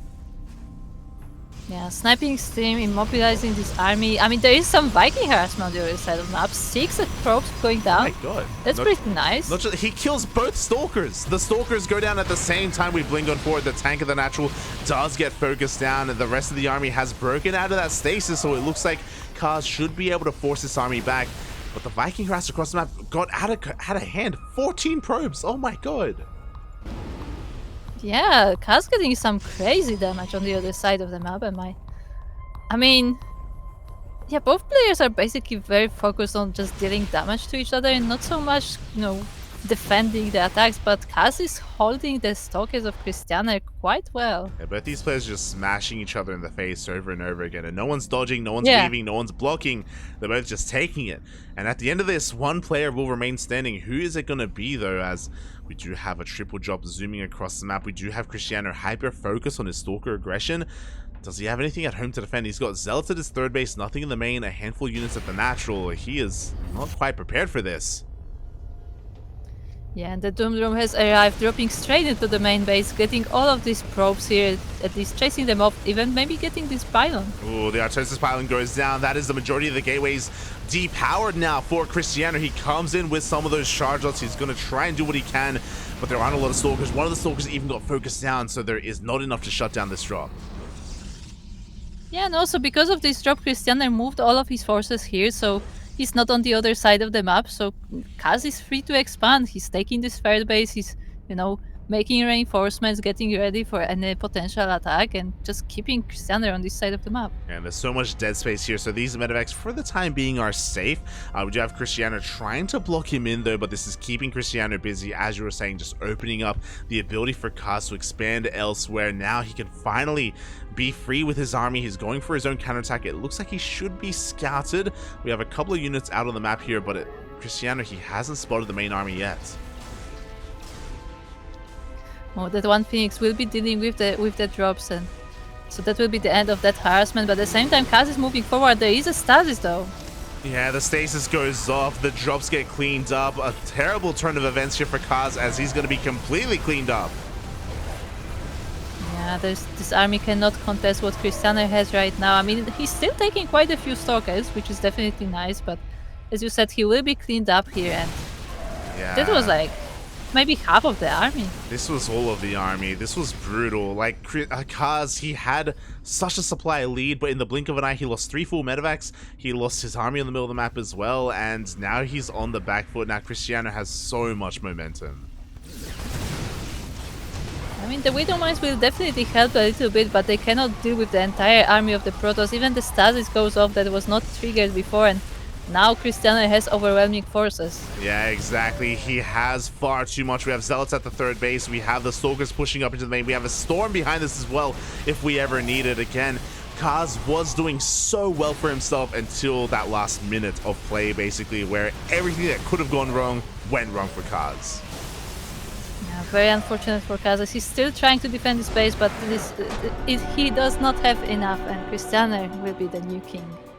GG, well played. Kaz had an amazing run, and even in this game, honestly, he was looking better than ever as well against Krystianer, but just an unfortunate turn of events there, one after the other, and Krystianer is our new King of the Hill. Yep. So the last game, I believe, of today's weekly will be Krystianer as the king, and a new challenger will have to appear. Yeah, here we go. So again, congratulations to Krystianer. A really chaotic game, a really back and forth game as well. Again, Kaz did have his own moments, but Krystianer in the end was just a little bit too on point when it came to his foresight of a lot of that game. You know, we had a lot of station traps being set up. We were able to take advantage of a lot of the situation as well, a lot of the positioning of his opponent as well, with those stalkers, with those blink stalkers. So GG, well played. As you're saying, we have one game left. Yeah, I do feel like the stasis traps was the most important thing about this game, because you had Kaz trapped with his army in his main base, then you had the army trapped during the attack. Like, generally the stasis helped a lot in this game for Krystianer, and yeah, and now he will be waiting for the last challenger of today. Yeah, we're going to be heading over to the land of the Americas. We have one player left, but what a player it is going to be. Krystianer, of course, is our new King of the Hill, but there is someone looking to bring him down. There's another king from another region, from another nation. What race? Zerg. Zerg. You say he's a king. Is he the king of an ocean? No. But he is the king of the sea. Oh. There you go. It is going to be Krystianer going up against MeomaikA.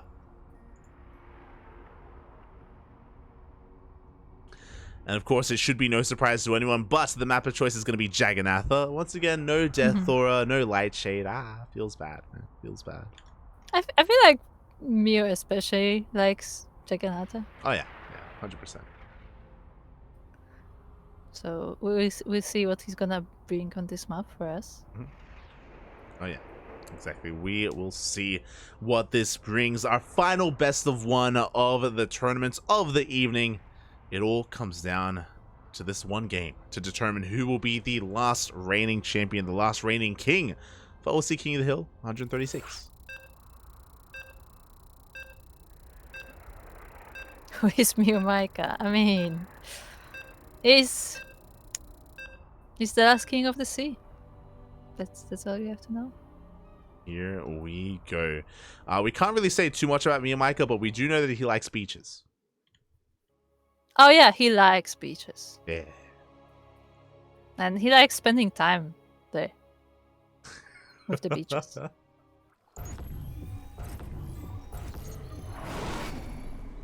But anyway, we are now loaded to Jagannatha Alley. And we are looking at the last Sea King, our red Zerg player, representing Team Gosu and Vietnam. It is MeomaikA. And spawning in the top right-hand corner of Jagannatha, we have as opponent, we have the Polish Protoss player representing Team Blazer. It is Krystianer.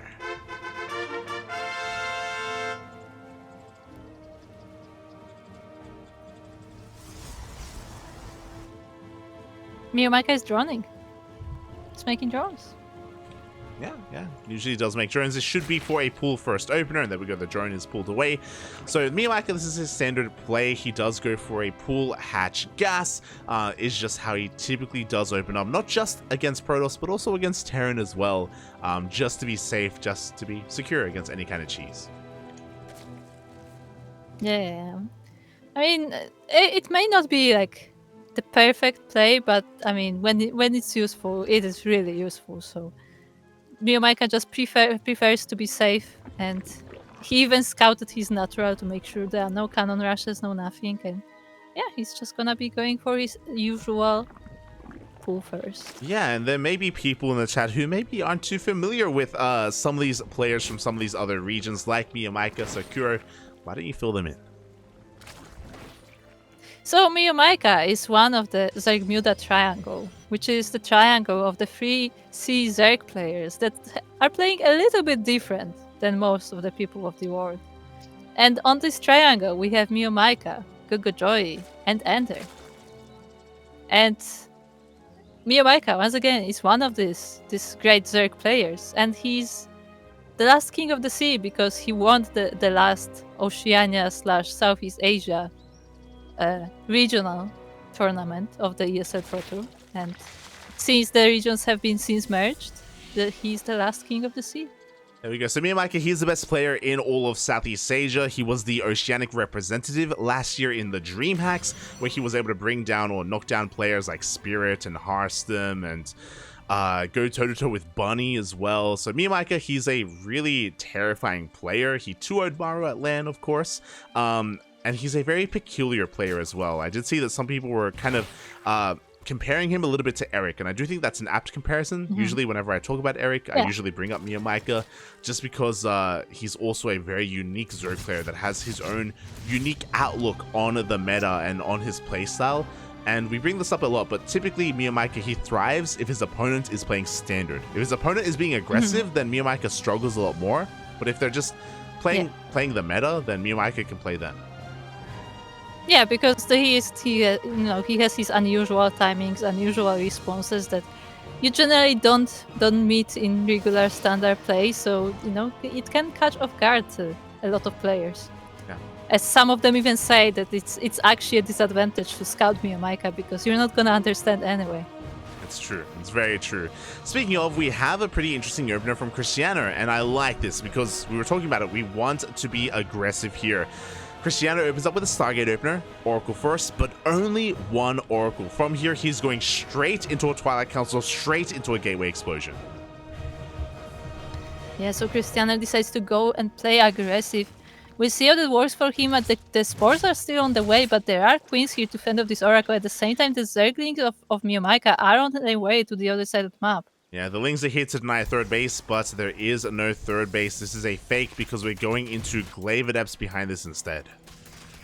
Oh, Glaive Adepts sound rough. I don't know if MeomaikA will be prepared for this. I mean, he is going for a lair and he will be getting a roach for him, so maybe he will have units in time, but we'll see how it goes. Yeah, I appreciate this. So, MeomaikA, we've been casting a lot of MeomaikA over the past 3 days. A lot of him, and even in ESL Open Cup Asia, for example, or GPO, Grand Purpose Open. And every single ZVP, MeomaikA has been going Ling Hydra. Every single ZVP. And the worst thing that Ling Hydra can go up against is Glaive Adepts. But this game, he's playing with his own reputation, and he's going into a Roach Horn instead, which is amazing against Glaive Adepts. Yeah, it's amazing against Glaive Adepts, and it's much more of a standard response than what you would typically expect MeomaikA to do. And I don't know if Krystianer has quite scouted the Roach Warren yet. He did see the lair, so he knows that some tech is currently up, but I'm not sure if he knows exactly. Doesn't know what exactly MeomaikA has available to him, but he doesn't really care. MeomaikA does have 12 roaches already on the way. We do see a Force Warping as well, and the Glaive Adepts are revealed to MeomaikA. They are revealed, and some of them are already across the map. The roaches meet them in the front, and they will still shade into the natural dome and start killing drones. Yeah, they're going to try to, but the roaches are here. These adepts are going to be shut down completely. They're going to get 3 drones, but 3 drones, that is not enough damage. Yeah, not for all of these adepts. Oh, the stasis is pretty nice, but the drones return to mining, and all of the adepts are getting cleaned up. Yeah, now what is scary is that because the lair is done, Roach speed is almost done as well. MeomaikA is going to go for a massive Roach counterattack, and we don't have much at all to defend back at home. We have Glaive Adepts, which don't do anything. We have 1 Oracle as well, which is busy across the map going for another Stasis Trap. Blink is not even halfway done. Krystianer is woefully underprepared for a Roach attack because he went for Glaive Adepts. Yeah, and he doesn't have a lot of units. He's warping in more to make sure he has the defense, but as you said, this is not a lot, and the roaches are already here and they will be doing damage. Yeah, exactly. They do turn their attention to these adepts who do have an overcharge, which is good. But again, these adepts, they just don't really, they tickle away, they chip away at these roaches, and they can just rotate over towards the natural instead as they just bounce between the armies and pick off so many of these adepts. Yeah, they snipe them one by one. The shield battery doesn't even matter if the adept is straight up dead from the one shot. The Oracle is trying to do its best, but it's out of energy and it can barely kill a single roach anyway. And now the probes are starting to fall down. Yeah, we're just flooding Lings behind us as well. These Stalkers, there just aren't enough of them. Blink isn't available as well, and the Roaches, they get on top of the Stalkers. The Lings coming from behind, they get trapped. And GG's called. The last king of the sea is also the last king of today's week. GG, well played. MeomaikA will take down Krystianer. He will dethrone him. And once again, hold on to his crown. Last king of the sea, the current king of OSC. OSC. I see what you did there. GG, well played. And but yeah, again, I just love the idea of MeomaikA playing with his reputation. For a long time, or typically he does struggle against Glaive Adept builds, but he in a way kind of hard countered it. He didn't even scout the Twilight counter follow-up. He was just going for roaches anyway, and it just happened to work out in his favor. So yeah, really well done there by MeomaikA. Yeah, no, really nicely done. Like, as you said, he did play with his reputation a little bit. I wonder if Krystianer intentionally went for this adept because MeomaikA is known for his Hydras, for his Zerglings, not so much for, the armored units, and it worked against him in the end. Oh yeah, definitely. Oh, and with that was our final game of the night. It is over. It's 2:15 a.m. in the morning here in Australia. We need to sleep. I would love to get some food and get some rest. It is very late here, and as it's late here in Australia, it is prime time in Europe. ESL Cup Europe has commenced. It has begun. The StarCraft does not end, so if you want some more StarCraft action, even though we're wrapping up here, ESL EU has begun, so you can hop on over and check out some of the Europeans as they do duke it out. Yeah, I mean, some of the Europeans, some of the other regions participate as well, but yeah, that will be all for this broadcast. And as you said, there will be the ESL EU covered by other channels, but then there will be ESL Americas as well, for which Light will be coming back. I will do my best to wake up in time and to cast ESL Open Cup America. I'll do my best. Oh.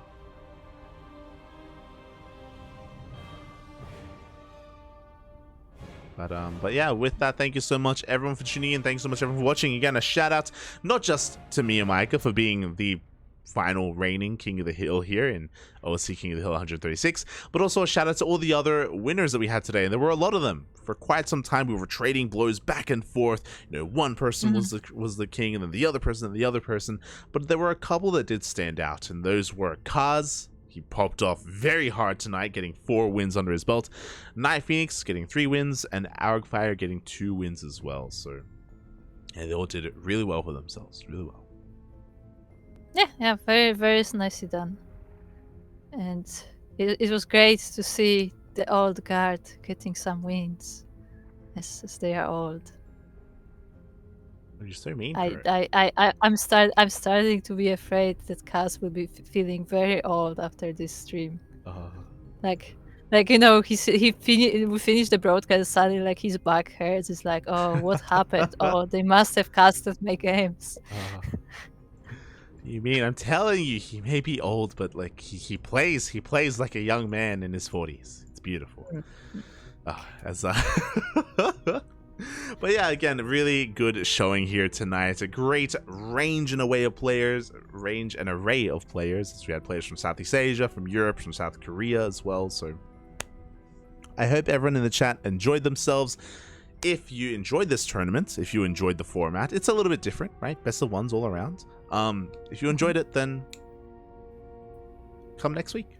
It's a weekly tournament. Every single week we have an OSC King of the Hill, and the players that you saw today, I'm sure you'll see again next week, at least some of them, but not all of them, as we do kind of have a wider pool of players like Special, like Max Packs, like Dark, like Nightmare, depending on who's, like Eva, Young Yakov. There are just so many players that kind of come in and out of OSC King of the Hill.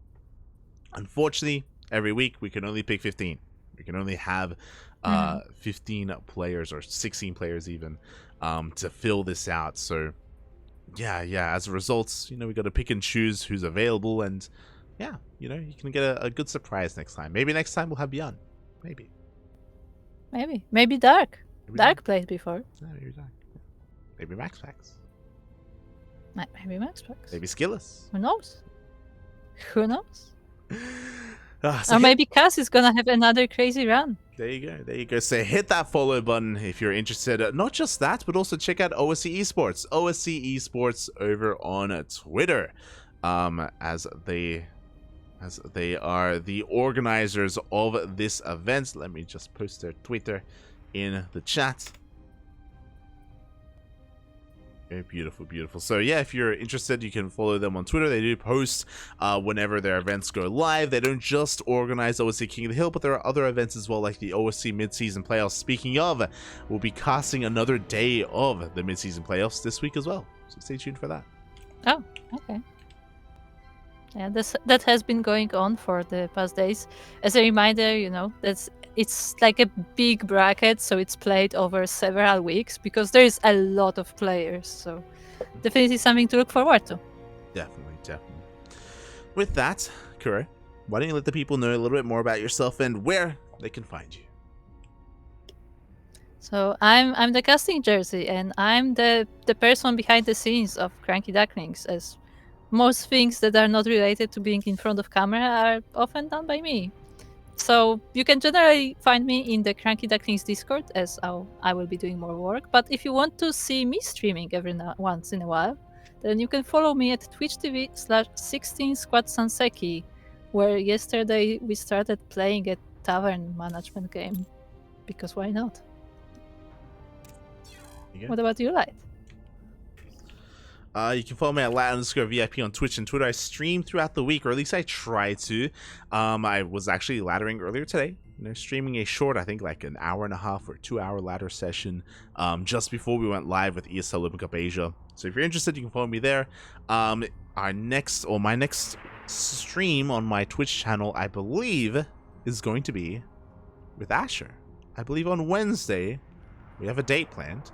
And we're going to be playing Diablo 4 on stream. There you go. Yeah, so definitely something interesting to look forward to. As Yeah. I'm sure the stream of Asher and Light will be even better than them casting together. Oh no. It can only get better. Oh no. Oh, it's gonna be awful. But yeah. Also, now that I think about it, should I stream that on my personal channel or the CranKy Ducklings?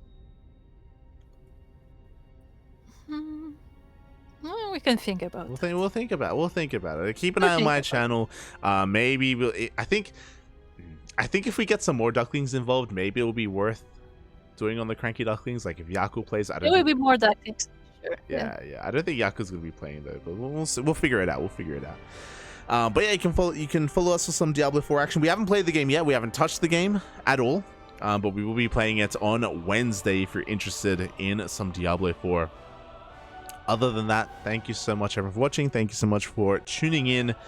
You can support us by subscribing on Twitch. You can check us out on Patreon. You can follow us on the social media. You can follow us on YouTube. All the VODs are uploaded to YouTube. So hey, if you like this tournament, you're like, hold on, you know what? I'm gonna go to the gym. I'm gonna go work out. I could watch some more StarCraft, and you can check out some of the VODs over on our YouTube channel. All the VODs are uploaded on a daily basis, every single day. So we got you covered with some content. Plenty of content on YouTube. Plenty. Yes, there's been a lot of tournaments. Yeah, it's a lot. Well, thanks everyone for watching. Thanks so much for the support. Speaking of which, as a reminder, the ESL Masters in Jönköping is only 2 weeks away. 2 weeks. So not too long at all. We'll see you there for us. We're going to be watching ourselves as well. Again, if you want to tune into our next broadcast, ESL Open Cup Americas is in 6 hours and 36 minutes. Well, 38 minutes. So less than 7 hours away. Let's go. We'll see you then. Bye. Bye.